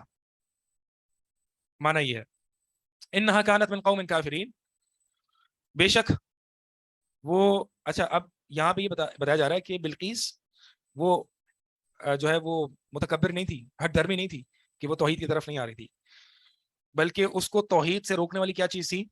غیر اللہ کی عبادت. اور وہ غیر اللہ کی عبادت سے اپنی جان اس لیے نہیں چھڑا رہی تھی کہ انہا کانت من قوم کافرین, کیونکہ وہ کافر قوم سے تھی. تو لہٰذا ایک کافر قوم کو اپنا حصہ بنا لینا, یا اپنے آپ کو کافر قوم کا حصہ بنا لینا, یہ اللہ کی عبادت میں بہت بڑی رکاوٹ ہے. اگرچہ آپ مسلمان ہی کیوں نہ ہوں, آپ اگر حق پر آنا چاہیں بھی, لیکن آپ ایک کافر قوم کا حصہ ہیں, تو یہ انسان کو توحید سے روک دیتی ہے, انسان کو راہ حق پر آنے سے روک دیتی ہے. قیل لها ادخلی الصرح, کہا گیا ان سے کہ ادخلی الصرح, محل میں داخل ہو جا. فلما رأت, اب یہاں سے سلیمان, اب تک وہ توحید پر نہیں آئی تھی. ٹھیک ہے, سلیمان علیہ السلام نے ان کو ایک نشانی دکھائی کہ ان کا عرش ودن اے سیکنڈ, ان کے آنے سے پہلے لایا بھی کیا, اس کی صورت بھی تبدیل کر دی گئی. یہ ایک نبی کا معجزہ تھا. ٹھیک ہے, ایک نشانی یہ دکھائی دی. دوسری نشانی ان کی ایک فوج. تیسری نشانی جو ہے وہ یہ دکھانا چاہ رہی ہے, یہ ایک طریقہ ہے بات سمجھانے کا. سلیمان علیہ السلام نے اب دیکھا کہ اب بھی وہ توحید نہیں سمجھ پا رہی, کیونکہ کافر قوم سے ان کی اٹیچمنٹ بہت تھی, کافر قوم کے ساتھ وہ بہت ڈیپلی اٹیچ تھیں, اس لیے وہ توحید کی طرف نہیں آ پا رہی تھی. تو یعنی اگر آپ کا سرکل اچھا نہ ہو اور آپ دین کی طرف آنا چاہیں, تو یہ بہت بڑی رکاوٹ ہے اور آبسٹیکل ہے کہ وہ آپ کو دین کی طرف آنے نہیں دیتا, ایک پیئر پریشر جس کو کہتے ہیں. فلما رأته حسبته لجة, بس اب سلیمان علیہ السلام نے ان کو ایک عملی, ایک پریکٹیکل طریقے سے, ایک مثال سے, بات سمجھانے کی کوشش کی. فلم اور ان کو ایک محل میں داخل ہونے کو کہا گیا جس کا فرش جو ہے وہ صاف شفاف چکنے شیشے کا بنا ہوا تھا. تو جب وہ بلقیس اس محل میں داخل ہوئی تو انہوں نے اپنی پنڈلی سے اپنا کپڑا اٹھا لیا یہ سمجھتے ہوئے کہ یہ تو پانی ہے. لیکن جب ان کو پتا چلا یہ تو پانی نہیں ہے بلکہ یہ تو ایک صاف شفاف شیشے سے بنا ہوا فرش ہے, تو ان کو پتا چلا کہ بہت سی ایسی چیزیں ہوتی ہیں کہ جو ظاہر میں کچھ دکھتی ہیں لیکن صحیح نہیں ہوتی, برحق نہیں ہوتی. ایسے ہی یہ جو معبود, یہ جو سورج ہے جو اتنی روشنی دے رہا ہے, جو اتنا پر نور ہے اور جس کی اتنی روشنی ہے, ظاہر میں تو یہ ہمیں بہت روشنی دے رہا ہے, ظاہر میں تو یہ بہت روشن دکھ رہا ہے, جیسا کہ ابراہیم علیہ السلام نے کہا تھا نا کہ جب انہوں نے سورج کو دیکھا بازغتن, چمکتا ہوا, قال ھذا ربی ھذا اکبر, کہا کہ یہ میرا رب ہے, یہ ہے بڑا رب. تو جب وہ غروب ہو گیا تو کہا کہ ہم جو ہے وہ غروب ہونے والے کو پسند نہیں کرتے, یعنی ایسا رب نہیں بناتے جو غروب ہو جاتا. تو لہٰذا چیزوں کی ظاہریت پہ نہ جایا جائے, چیزوں کی حقیقت پر جایا جائے, چیزوں کی ظاہری وضاقتہ پر نہ جایا جائے, چیزوں کی حقیقت پر جایا جائے. تو سورج جتنا مزین تمہیں دکھ رہا ہے اور جتنا بڑا تمہیں دکھ رہا ہے,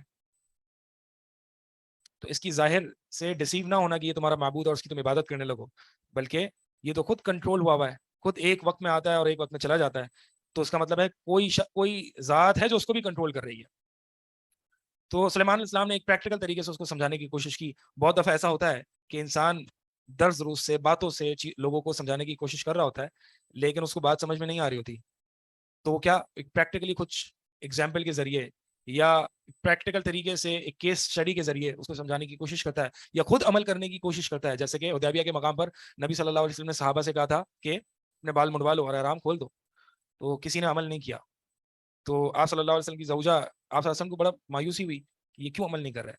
تو ان کی زوجہ نے ان کو ایک سجیشن دی کہ آپ کریں پھر دیکھنا کریں گے. تو اللہ کے نبی صلی اللہ علیہ وسلم نے اپنا سر منڈوایا, تو پھر صحابہ نے فوراً منڈوا لی. تو بعض اوقات ایسا ہوتا ہے کہ بات سمجھ میں نہیں آ رہی ہوتی اور آپ مایوس ہو جاتے ہیں, یار میں اس کو صدیوں سے سمجھا رہا ہوں, اس کو سمجھ ہی نہیں آ رہی ہے. تو آپ کو بھی بہت ساری ایسی چیزیں ہوتی ہیں جو آپ کو باتوں سے سمجھ میں نہیں آتی, دیکھ کے سمجھ میں آتی ہیں یا اس کو ایکسپیرینس کر کے سمجھ میں آتی ہیں. ٹھیک ہے, جیسے کہ کہا جاتا ہے نا کہ بچہ جب کسی گرم چیز کے لیے رو رہا ہو یا کسی ایسی چیز کے لیے رو رہا ہو تو اس کو تھوڑا سا ایکسپیرینس کرنے دو. وہ آپ جتنا منع کریں گے وہ سمجھے گا ہی نہیں, جب تک کہ اس پہ ہاتھ نہیں لگا لے گا. ہاتھ لگا لے گا سیٹ ہو جائے گا, لیکن آپ نے یہ دیکھنا کہ بھائی ہاتھ چپک نہ جائے اس کا. ٹھیک ہے, پتہ چلا آپ کہہ رہے ہیں کہ ہاں ٹھیک ہے بچہ خود سیکھے گا, اس نے ہاتھ رکھ دیا اور کام تمام ہو گیا اس کا. آپ اس کو تھوڑا سا انڈر سپرویژن اس کو ایکسپیرینس کرنے دیں. تو یہی ہے کہ کچھ چیزیں ایکسپیرینس کرنے سے سمجھ میں آتی ہیں, کچھ چیزیں کیس اسٹڈیز کے ایگزامپلس کے ذریعے سمجھ میں آتی ہیں, کچھ چیزیں اسٹوریز کے ذریعے سے سمجھ میں آتی ہیں, کچھ چیزیں ڈائریکٹ کمانڈس کے ذریعے سے سمجھ میں آتی ہیں. اللہ تعالیٰ نے تمام طریقے قرآن میں استعمال کیے ہیں, قصص کے ذریعے, حکم کے ذریعے, اور کیا کیا تفکر کے ذریعے, تھاٹ پرووکنگ کوشچن کے ذریعے اللہ تعالیٰ نے قرآن میں ہمیں سمجھانے کی کوششیں کی ہیں. اور یہی اللہ تعالیٰ کا پھیر پھیر کے آیت بیان کرنا ہے, لعلکم تذکرون, تاکہ تم نصیحت حاصل کرو کہ کسی کو کسی طریقے سے آتی ہے, کسی کو کس طریقے سے آتی ہے. لہٰذا بلقیس کو دیکھیں آپ, اتنا بڑا معجزہ دیکھے حقانیت سمجھ میں نہیں آئی, یہ اس چیز سے سمجھ میں آ گئی کہ ہر وہ چیز جو اپنی ظاہری وضاحت میں جتنی خوبصورت دکھتی ہوں, حقیقت اس کے برعکس ہی ہوتی ہے. بہت سے لوگوں کو یہ کنفیوژن ہو جاتی ہے کہ مسلمان آج مغلوب ہیں, مسلمان آج دیکھیں ان کی کرائسس میں, حالات ان کے اچھے نہیں ہیں, اور یہ جو کافر ہیں یہ دیکھیں کتنی ٹیکنالوجیکل ایڈوانسمنٹ کر رہے ہیں اور کتنا ترقی کر رہے ہیں. تو لوگ شاید یہ سمجھنے لگتے ہیں کہ یہ جو ہے وہ برحق ہیں, یہ صحیح راستے پر ہیں. تو ایسا نہیں ہے. بہت سے ظاہری قطع اس کے حق پر ہونے کی دلیل نہیں ہے, کسی چیز کی ظاہری خوبصورتی اس کے حق پر ہونے کی دلیل نہیں ہے. لہٰذا یہ قاعدہ ہے, کسی چیز کی ظاہری وضاحت اس کے حق پر ہونے کی دلیل نہیں ہے. جیسے کہا جاتا ہے نا, اہل علم یہ قاعدہ فرماتے ہیں کہ العبرۃ بالحقائق لا بالالفاظ. الفاظ یا اصطلاحات یا ٹرمینالوجیز یہ میٹر نہیں کرتی. What is under those terminologies? What reality is hiding behind these terminologies? This is یہ ریالٹی ہے, یہ اصل حقیقت ہے. تو لہٰذا اگر کوئی شخص کہتا ہے کہ میں سنی ہوں, یا میں اہل سنت میں سے, یا میں سنت کو فالو کرتا ہوں, یا میں حدیثوں کو مانتا ہوں, اس کی باتوں پر نہ جائیں جب تک کہ اس کی حقیقت نہ دیکھ لیں. غامدی صاحب بھی کہتے ہیں کہ میں حدیث کو مانتا ہوں, میں سنت کو مانتا ہوں. منکر حدیث ہے وہ. بہت سے لوگ کہتے ہیں ہم صحابہ کی توقیر اور تعظیم کرتے ہیں, اتنے بڑے صحابہ کی گستاخ ہیں. تو ظاہری چیزوں پر اسلام نے ہمیں یہ ایک منہج دیا ہے کہ ظاہری چیزوں پر نہ زیادہ جایا کریں, بلکہ اس کی حقیقت کو دیکھا کریں. وَلَقَدْ أَرْسَلْنَا إِلَىٰ ثَمُودَ أَخَاهُمْ صَالِحًا, پوری آیت ہو گئی نہیں ہوئی, آیت ہی نہیں ہوئی, بلکہ میں نے آپ کو بتا دیا کہ اس میں ہے کیا. فَلَمَّا رَأَتْهُ, بس جب اس خاتون نے بلقیس نے دیکھا حسبت لجتن، یعنی اس فرش کو دیکھا تو اس کو گہرا پانی سمجھا، لجتن گہرا پانی، وکشفت عن ساقیہا، تو اس نے اپنی پنڈلیوں سے، دونوں پنڈلیوں سے کپڑا ہٹا لیا، کھول دیا، انہیں اپنی پنڈلیاں کھول دی. قال انہ سرح ممرد، تو سلیمان علیہ السلام نے کہا کہ بے شک یہ تو سرح، یہ ایک شیشہ، من قواریر، سرح ممرد، ممرد کہتے ہیں چکنا، اور قواریر یہ شیشہ، تو یہ جو ہے وہ ایک صاف چکنا شیشے کی ایک فرش ہے. قالت ربی انی ظلمت نفسی، بلقیس نے کہا کہ اے میرے رب، بے شک میں نے اپنے نفس پر ظلم کیا. واسلمت مع سلیمان للہ رب العالمین، اور میں نے سلیمان علیہ السلام کے ساتھ میں مسلمان ہو گئی، میں نے اسلام قبول کیا، اللہ کے لیے جھک گئی، سبمٹ کر دیا رب العالمین. سرحن فرش، اصل میں دیکھیں قیل لها ادخلی السرح، یہ جو پہلا سرح ہے یہ محل کے معنی میں، اور جو دوسرا سرح ہے یہ فرش کے معنی میں. سرح جو ہے وہ صحن کے معنی میں بھی ہوتا ہے، فرش کے معنی میں بھی ہوتا ہے، اور محل کے معنی میں بھی ہوتا ہے. جی کوئی سوالات ہیں تو آپ لوگ کر لیں.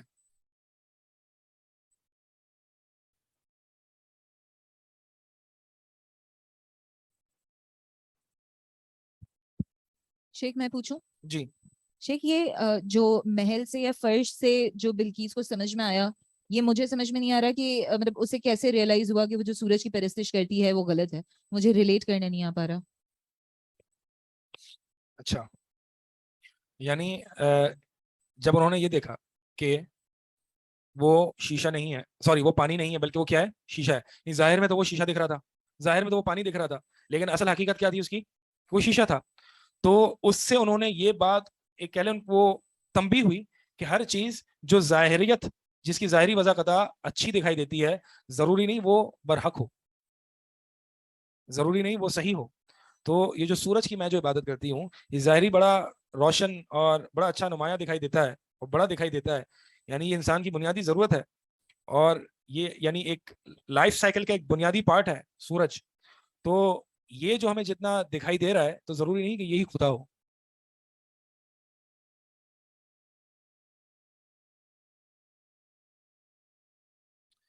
قال یا قوم لما تستعجلون بالسیئات قبل الحسنہ وَلَقَدْ أَرْسَلْنَا إِلَىٰ ثَمُودَ أَخَاهُمْ صَالِحًا. بلا شبہ ہم نے، اچھا اس صورت میں سب سے پہلا قصہ کن کا بیان ہوا ہے؟ موسیٰ علیہ السلام کا، ایسا ہی ہے. پھر اس کے بعد سلیمان علیہ السلام کا، اس کے بعد صالح علیہ السلام. صالح علیہ السلام کی قوم کا نام کیا تھا؟ ثمود. وَلَقَدْ أَرْسَلْنَا إِلَىٰ ثَمُودَ أَخَاهُمْ صَالِحًا، اور بلا شبہ ہم نے بھیجا سمود کی طرف ان کے بھائی کو صالح. أَنِ اعْبُدُوا اللَّهَ، کہ وہ اللہ ہی کی عبادت کریں. فَإِذَا هُمْ فَرِيقَانِ يَخْتَصِمُونَ، بس ہو گئے وہ دو فریق، یختصمون جو آپس میں جھگڑ رہے تھے. یعنی وہ اچانک جب صالح علیہ السلام نے توحید کی دعوت دی تو کیا ہو گیا، لوگ متفق ہو گئے یا بٹ گئے. اس سے پتہ چلا کہ توحید حق اور باطل میں فرق کرتی ہے. ٹھیک ہے، توحید حق اور باطل میں فرق کرتی ہے. جب توحید کی دعوت دیں گے تو لازماً دو گروہ بنیں گے.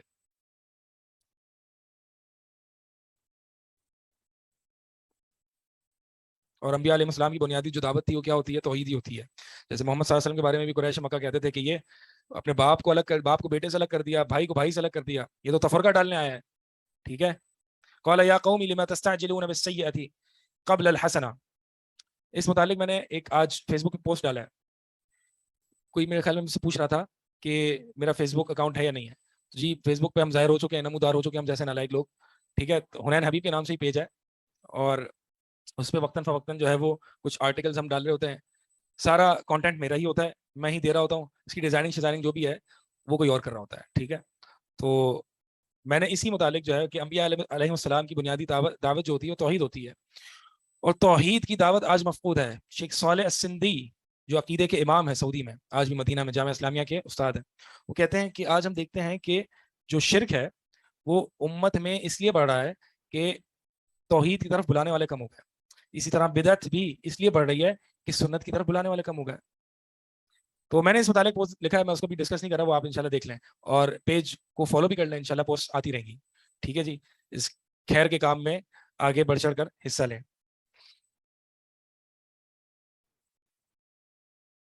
تو فَإِذَا هُمْ فَرِيقَانِ يَخْتَصِمُونَ، دو گروہ بن گئے، آپس میں جو ہے وہ جھگڑ رہے تھے. پیج کا نام حنین حبیب ہے.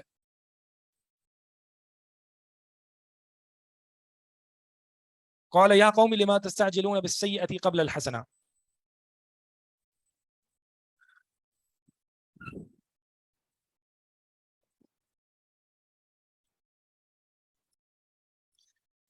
صالح علیہ السلام نے کہا کہ میری قوم لما تستعجلون بالسیئہ، تم کیوں جلدی مچا رہے ہو برائی کے لیے، یعنی تم برائی مانگنے کے لیے جلدی کیوں مچا رہے ہو؟ کون سی ایسی چیز ہے جو اچھی ہے؟ یعنی یہ کوئی عقل مندی ہے؟ تو برائی سے، اچھائی سے پہلے تم برائی کو جلدی طلب کر رہے ہو.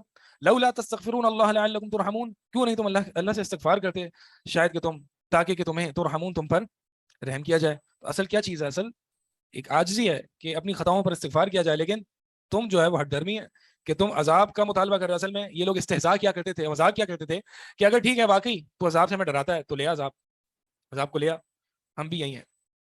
تو صالح علیہ السلام کہہ رہے ہیں کہ میری قوم یہ کوئی نان سیریس چیز تو نہیں ہے، یہ کوئی اچھی چیز تو نہیں ہے، تم اچھائی سے پہلے برائی کو کیوں طلب کر رہے ہو؟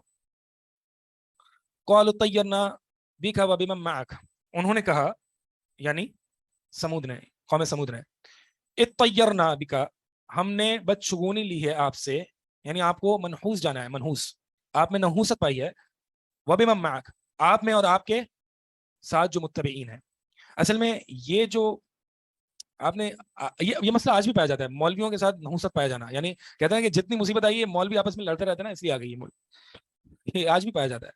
مولویوں کی نحوست ہے، مولویوں کا لڑنا ہے. بھائی سیاست لوگوں کو نہیں دکھتی کیا؟ اور کیا لوگ نہیں لڑ رہے ہیں؟ لوگ تو لڑتے رہیں گے، اس کا مطلب یہ تھوڑی ہے.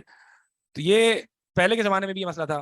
یہ انبیاء علیہ السلام اور ان کے متبعین سے نحوست لیا کرتے تھے کہ جتنی مصیبت آ رہی ہے نا یہ ان کی وجہ سے.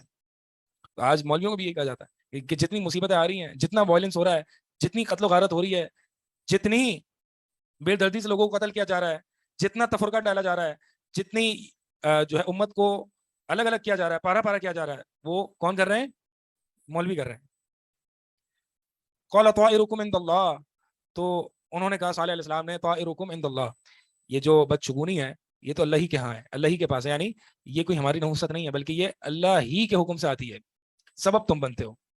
بل انتم قوم تفتنون، یعنی ایک طرف قرآن میں ایک جگہ نحوست کی نسبت ان کافروں کی طرف کی گئی ہے، اور اس آیت میں جو ہے نحوست کی نسبت کس کی طرف کی گئی ہے؟ اللہ کی طرف. تو جہاں نحوست کی نسبت اللہ کی طرف کی گئی ہے تو وہ بطور حکم ہے کہ اللہ ہی کے حکم سے یہ نحوستیں آتی ہیں، یہ نہیں ہے کہ یہ مولویوں کے کام ہے، نہیں. اور دوسرا جہاں پہ نحوست کی نسبت کافروں کی طرف کی گئی ہے تو وہ اس معنی میں ہے کہ کافر ہی ہیں، یعنی کافر کے اعمال اور ان کے جو حرکتیں ان کی وجہ سے نحوستیں آ رہی ہیں. بل انتم قوم تفتنون، بلکہ تم جو ہے وہ قوم ہو جو آزمائے جا رہے ہو. وکان فی المدینہ 9 رہط یفسدون فی الارض، اور شہر میں 9 لوگ تھے، 9 شخص تھے، یفسدون، یہ اصل میں قوم سمود میں یہ 9 بدماش قسم کے لوگ تھے. یہ زمین میں وہ فساد برپا کرتے تھے اور اصلاح کا کام کچھ کرتے ہی نہ تھے، ایک خیر کا کام نہیں تھا ان کا، فساد ہی فساد تھا. اور یہ 9 بدماش میں سب سے بڑھ کر جو بدماش تھا وہ کون تھا؟ جس نے اونٹنی کی ٹانگے کو کاٹ دیا تھا. ایک شخص نے کاٹا تھا نا، لیکن 9 نے ساتھ دیا تھا، اس کو سپورٹ کیا تھا. تو اللہ تعالیٰ فرما رہے ہیں کہ یفسدون فی الارض، وہ زمین میں فساد برپا کرتے تھے، ولا یصلحون، اور وہ کوئی اصلاح کا کام نہیں کرتے تھے، کوئی نیکی نہیں تھی ان کے پاس.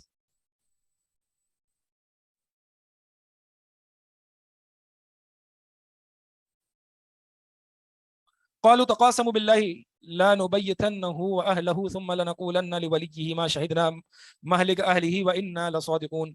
قالوا، انہوں نے کہا، تقاسموا، تم ایک دوسرے سے قسمیں کھاؤ، آپس میں ایک دوسرے سے قسمیں کھاؤ اللہ کی، لا نبی، اللہ کی قسمیں کھاؤ. اس کا مطلب کہ اللہ کو مانتے تھے نا، لیکن اللہ کے ساتھ شرک کرتے تھے. جی ہاں، اللہ کو نہ ماننے والے لوگ ماضی میں بہت ہی کم رہے، حتیٰ کہ ایتھیزم بطور مذہب کتب مذاہب میں منقول ہی نہیں ہوا. یعنی بہت سارے آپ کو مذاہب ملیں گے لیکن جو دہریت ہے وہ بالکل شاذ مذہب ملے گا، یعنی ایک ایب نارمیلٹی تھی، یہ لوگ پاگل سمجھتے تھے جو خدا کی انکار کر دیتا تھا. بہرحال جو اصل مسئلہ تھا وہ کیا تھا؟ توحید الوہیت کا. جو مشرکین آج بھی جو میجورٹی جو پرابلم ہے نا، میجورٹی جو پرابلم ہے اس امت میں وہ شرک فی الالوہیہ کا ہے، الوہیت میں شرک. لوگ سمجھتے ہیں تو ربوبیت میں شرک یا ایتھیزم پرابلم ہے، نہیں، پرابلم ہے لیکن ایسا نہیں ہے. پاکستان میں صرف 2% ایتھیسٹ ہیں. ہاں ڈیزم ہے، سیکولرزم ہے، یہ پرابلمس ہیں جو ایتھیزم کی طرف لے جاتے ہیں، لیکن سیکولرزم اور ڈیزم بھی ربوبیت کا تو اقرار ہے نا. تو انہوں نے آپس میں ایک دوسرے سے قسمیں کھائی لَنُبَيِّتَنَّهُ کہ ضرور بالضرور ہم شب خون ماریں گے، یعنی رات کے وقت حملہ کریں گے شعیب علیہ السلام پر، وَأَهْلَهُ اور ان کے اہل پر، ثُمَّ لَنَقُولَنَّ صالح علیہ السلام پر، ثُمَّ لَنَقُولَنَّ لِوَلِيِّهِ پھر ہم ان کے ورثاء کو کیا کہیں گے، ما شہدنا مہلک اہلہ ہم موجود ہی نہ تھے ان کی ہلاکت کے وقت، وَإِنَّا لَصَادِقُونَ اور ہم سچے ہیں۔ کفار مکہ نے جب نبی صلی اللہ علیہ وسلم کو قتل کرنے کا ارادہ کیا تو انہوں نے بھی یہی کہا تھا، انہوں نے کیا کہا تھا کہ ہر قبیلے سے ایک ایک شخص جو ہے وہ جمع ہو جائے، اور پھر جب ان کے ورثاء دیت مانگیں گے تو ہم سب ان کو دیت دے دیں گے، یعنی ہم اقرار کریں گے جی ہم نے قتل کیا ہے لیکن ہم دیت دے دیں گے۔ یہ بدبخت جو ہیں وہ اس سے بھی دو ہاتھ آگے تھے، کفار مکہ سے بھی دو ہاتھ آگے تھے، کہیں گے ہم مانیں گے ہی نہیں، ہم اقرار ہی نہیں کریں گے۔ وَمَكَرُوا مَكْرًا وَمَكَرْنَا مَكْرًا وَهُمْ لَا يَشْعُرُونَ اور انہوں نے بھی کوئی چال چلی، وَمَكَرْنَا مَكْرًا اور ہم نے بھی چال چلی، وَهُمْ لَا يَشْعُرُونَ اور وہ اس کا ان کو شعور بھی نہ تھا کہ ہم بھی کوئی چال چلتے ہیں۔ فَانظُرْ كَيْفَ كَانَ عَاقِبَةُ مَكْرِهِمْ أَنَّا دَمَّرْنَاهُمْ وَقَوْمَهُمْ أَجْمَعِينَ بس آپ دیکھیں كَيْفَ كَانَ عَاقِبَةُ مَكْرِهِمْ کہ ان کی چال کا انجام کیا ہوا، بے شک ہم نے ہلاک کر دیا ان کو، تباہ کر دیا، وَقَوْمَهُمْ اور ان کی قوم کو، أَجْمَعِينَ سب کے سب ہم نے ہلاک کر دیا، یہ ان کی چال کی وجہ سے، یہ ان کی چال کا انجام تھا، ان کا اس کا علم نہ تھا۔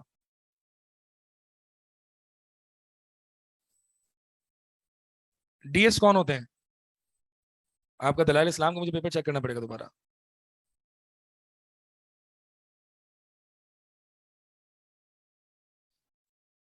ڈی ایس کون ہوتے ہیں جی؟ کون ہوتے ہیں؟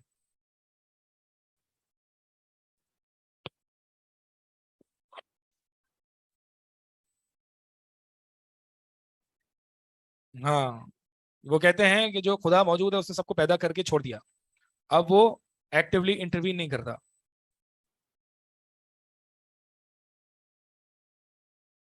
یہ بھی ڈیزم کی ایک شکل ہے کہ یہ کہا جائے کہ خدا نے ہمیں پیدا کیا لیکن ہم نے ملک کیسے چلانا ہے وہ ہم پہ چھوڑ دیا۔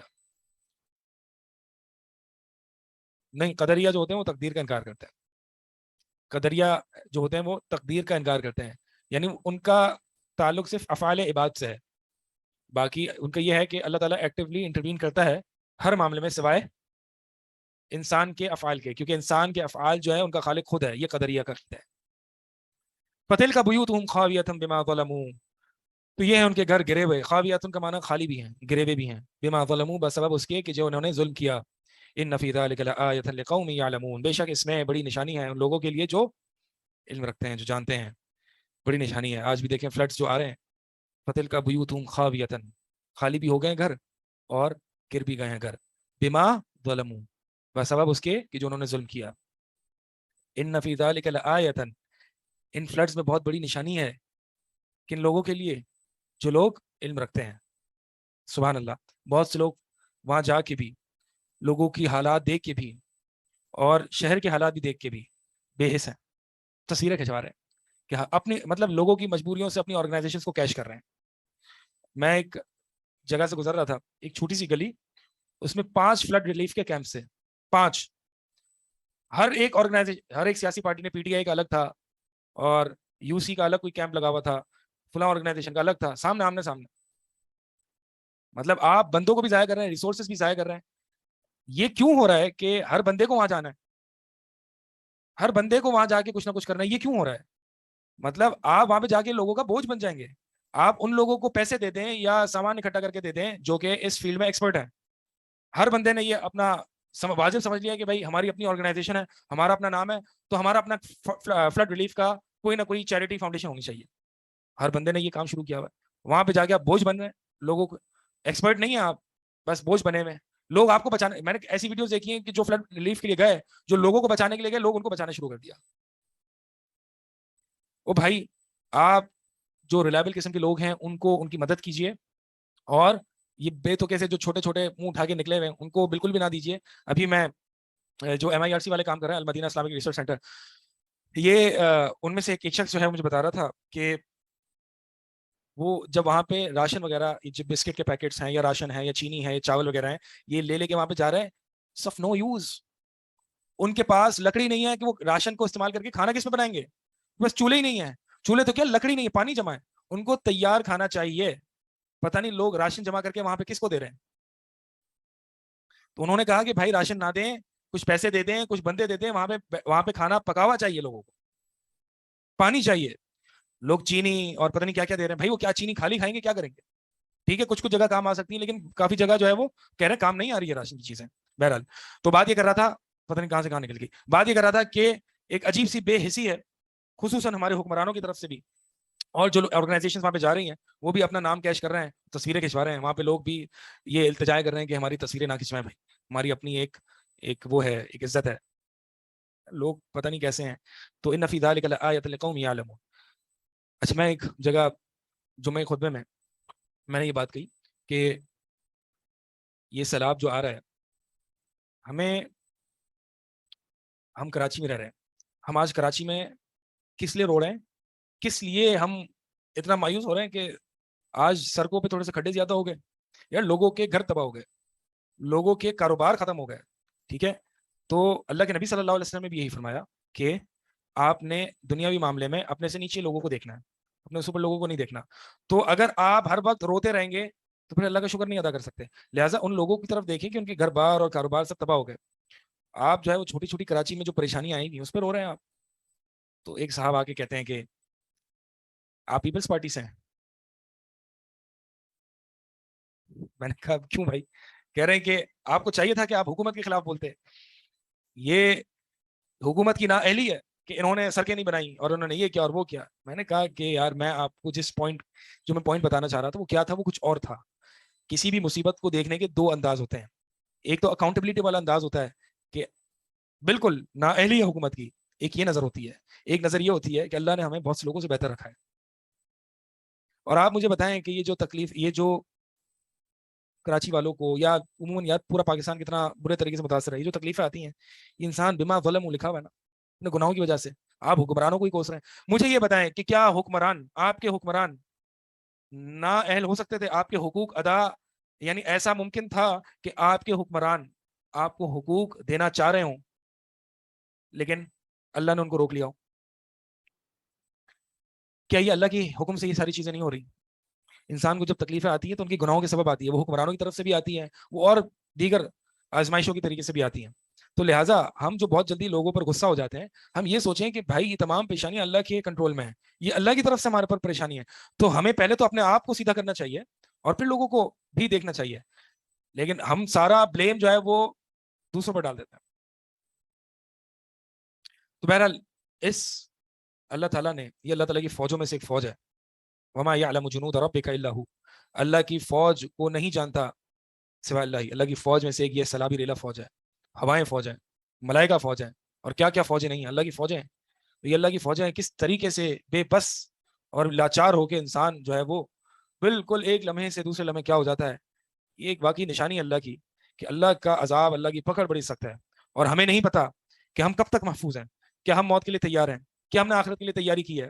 ہمیں اس چیز پر غور و فکر کرنا چاہیے. تو ایک مومن جو ہوتا ہے, ایک مسلمان جو ہوتا ہے, وہ ان چیزوں سے اپنے آپ پر ایک وہ لیتا ہے, اپنے آپ کی نصیحت لیتا ہے. سلف صالحین فرمایا کرتے تھے کہ جب ہم کسی جنازے میں جاتے تو ہمیں نہیں پتا ہوتا تھا کہ ہم عیادت کس کی کریں, ہم کس کی کریں, کیونکہ سبھی رو رہے ہوتے تھے. آج تو آپ کو پتا ہوتا ہے نا کہ کس کی کرنی ہے, کیونکہ رونے والا ایک فیملی, ایک شخص ہوتا ہے جس کا وہ میت اس کے قریبی رشتہ دار ہوتا ہے یا قریبی جو بھی تعلق ہوتا ہے. تو آپ کو پتا چلتا ہے کہ یار یہی ہے جس کی ہم نے عیادت کرنی. سلف فرماتے ہیں کہ جب جنازہ ہوتا, کوئی فوت چکی ہوتی, تو ہمیں نہیں پتا ہوتا تھا کہ ہم کس کی عیادت کریں, کیونکہ سبھی رو رہے ہوتے تھے. یبکون علی انفسہم لا علی المیت, وہ سب کیوں رو رہے ہوتے تھے؟ اپنے آپ پر, میت پر نہیں.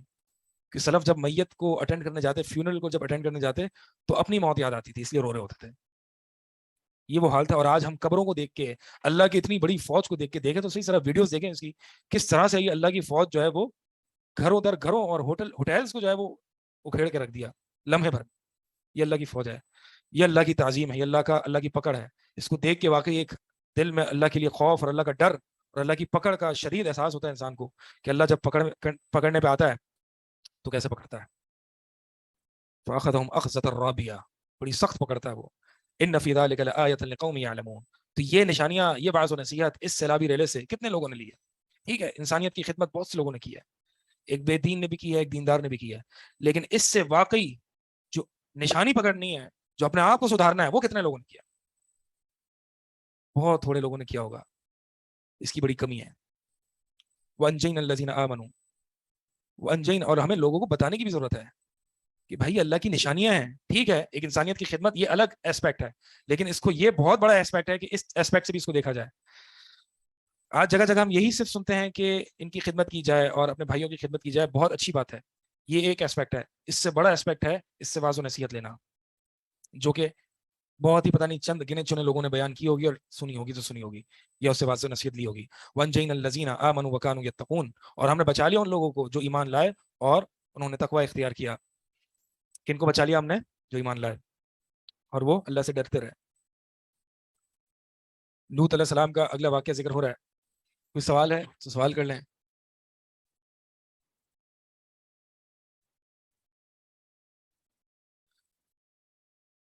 آپ کو انمیوٹ کر دیتا ہوں جی, آپ انمیوٹ کر سکتے ہیں. جی السلام علیکم شیخ صاحب. وعلیکم السلام. ابھی شیخ صاحب آپ نے یہ اللہ تعالیٰ کے یہ نشانیوں کا ذکر کیا, یہ ایک چھوٹا سا سوال ہے کہ یہ نشانیاں جو آج کل ہمارا سیلاب بھی آیا ہے اور اس سے پہلے زلزلہ بھی آیا ہے, اس میں جو غریب عوام ہے وہی کیوں اس کا نشانہ بنتی ہیں؟ جو عمرہ ہیں, جو اصل میں خبیث لوگ ہیں, سوری ٹو سے, جن کو نصیحت پکڑنی چاہیے, وہ بالکل اسی طرح محفوظ ہیں جس طرح پہلے سے تھے. تو یہ جو عذاب ہے یا جو اللہ کا ہے یا جو بھی ہم اس کو کہیں, اس کا نشانہ عام لوگ کیوں بنتے ہیں ہمیشہ ہی؟ پہلی بات تو یہ ہمیں سمجھنی چاہیے کہ اللہ تعالیٰ غریب اور امیر کو دیکھ کے عذاب نازل نہیں کرتا. اللہ تعالیٰ جب کسی قوم پر عذاب نازل کرتا ہے تو طغیانی اور سرکشی کو دیکھ کے کرتا ہے, چاہے وہ امیر طبقے سے ہو چاہے وہ غریب طبقے سے ہو. آپ کو کیا لگتا ہے کہ امیر طبقہ اس سے متاثر نہیں ہوگا؟ آپ کی سوچ ہے, ٹھیک ہے. آپ کو امیر طبقہ انڈائریکٹلی, ہر بندہ کراچی میں آپ دیکھیے گا, ہم جو آج بیٹھے ہوئے ہیں اگرچہ سیلاب سے ہم ڈائریکٹلی متاثر نہیں ہوئے, لیکن انڈائریکٹلی بہت برے طریقے سے متاثر ہوں گے. چیزوں کی مہنگائی کی صورت میں, ان امپلائمنٹ کی صورت میں, چوری ڈکیتی کی صورت میں, جو آپ کا جو سندھ سے جو بے گھر ہوئے اس کا جو انفلکس آئے گا کراچی شہر میں, تو کیا امیر لوگوں کو یہ افیکٹ نہیں کرے گی؟ بہت افیکٹ کرے گی, ٹھیک ہے. یہ تو اللہ تعالیٰ الگ الگ طریقے سے, اس کی حکمت کیا ہے یہ ہم اس پر سوال نہیں کر سکتے کہ ان غریب لوگوں پر ہی کیوں عذاب آتا ہے, بلکہ ایسا سوال کرنا یہ ایک شیطانی وسوسہ ہے. اللہ تعالیٰ جو ہے وہ, یہ عام لوگ, بھائی آپ دیکھیں تو سب سے زیادہ شرک جو پایا جاتا ہے وہ انہی طبقات میں پایا جاتا ہے. آپ اندرون سندھ وغیرہ میں جائیں تو آپ کو مطلب کتنے مزار اور شرک ملے گا آپ کو وہاں پہ. تو اللہ تعالیٰ امیر اور غریب کو دیکھ کے فیصلہ نہیں کرتا, اللہ تعالیٰ طغیانی اور سرکشی کو دیکھ کے عذاب دیتا ہے. اور اگر کسی کو ڈھیل دیتا ہے تو کیا فرعون کو ڈھیل دی تھی؟ فرعون کو پکڑا نہیں, لیکن جب پکڑا تو کیسا پکڑا؟ شدید پکڑا. ان اللہ اذا اخذہ الظالم لم یفلتہ, اللہ تعالیٰ حدیث میں آتا ہے کہ جب اللہ تعالیٰ کسی ظالم کو ڈھیل دیتا ہے تو جب اس کو پکڑنے پر آتا ہے تو اس کو چھوڑتا نہیں ہے. تو آپ کو کیا پتا, یہ جو امیر لوگوں پر عذاب نہیں ہے بقول آپ کے, ان کی پکڑ نہیں ہوگی, شدید پکڑ ہوگی. اگر عذاب آپ کو دکھ رہا ہے نا, دیکھیں ہماری نگاہیں اور ہمارا پرسیپشن اور ہمارا وے آف پرسیپشن بہت چھوٹا ہے, بہت اتنا سا ہے, اتنا سا. ہم صرف اتنی چیز کو دیکھ رہے ہیں. اللہ کے پاس is the bigger picture. You just have a pixel یا اس سے بھی کم. اللہ کے پاس سب کچھ ہے, سب کچھ وہ اپنی حکمت سے کرتا ہے, اور وہ ظالم نہیں ہے. ظلم کی بنیاد پر یہ چیزیں نہیں ہوتی ہیں, ٹھیک ہے. تو یہ سوچ نہیں آنی چاہیے کہ اللہ تعالیٰ جو ہے وہ عام لوگوں کو ہلاک کرتا ہے, ایسا نہیں ہے. اللہ تعالیٰ نافرمانوں کو ہلاک کرتا ہے, چاہے امیر ہو چاہے غریب ہو.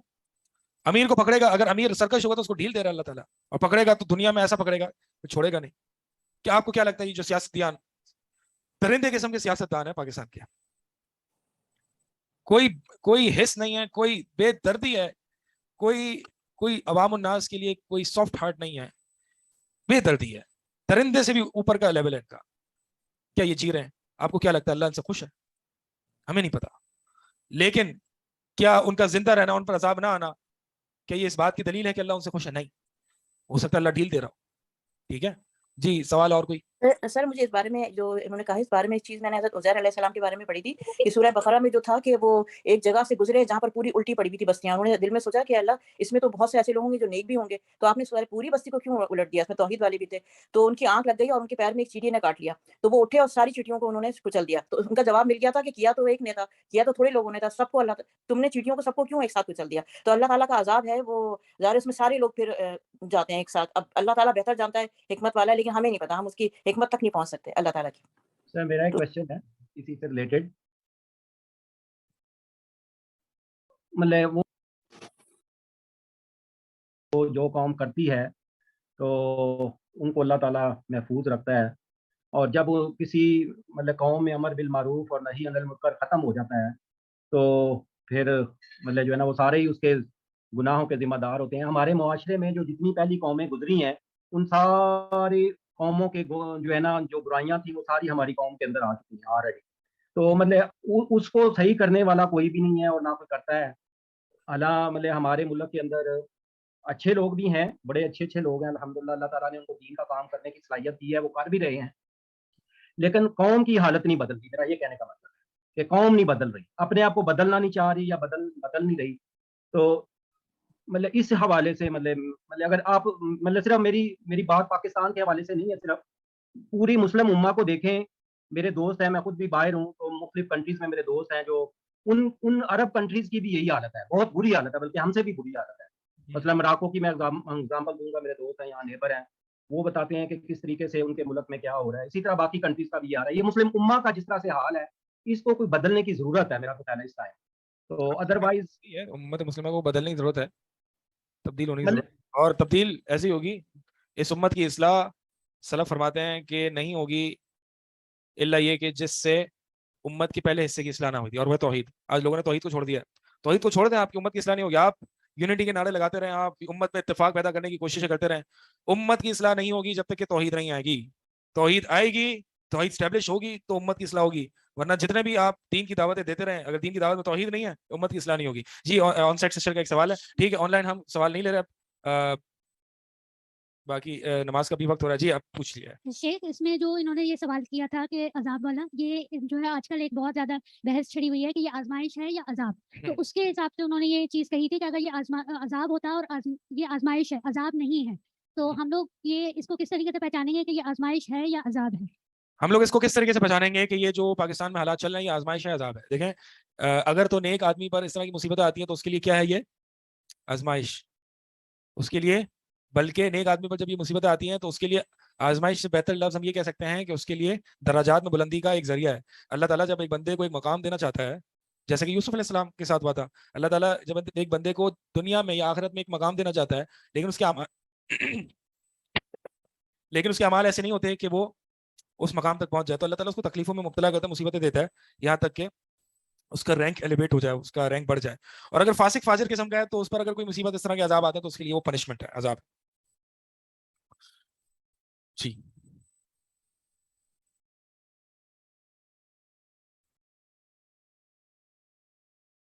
ٹھیک ہے. سبحانک اللہم و بحمدک، اشہد ان لا الہ الا انت، استغفرک.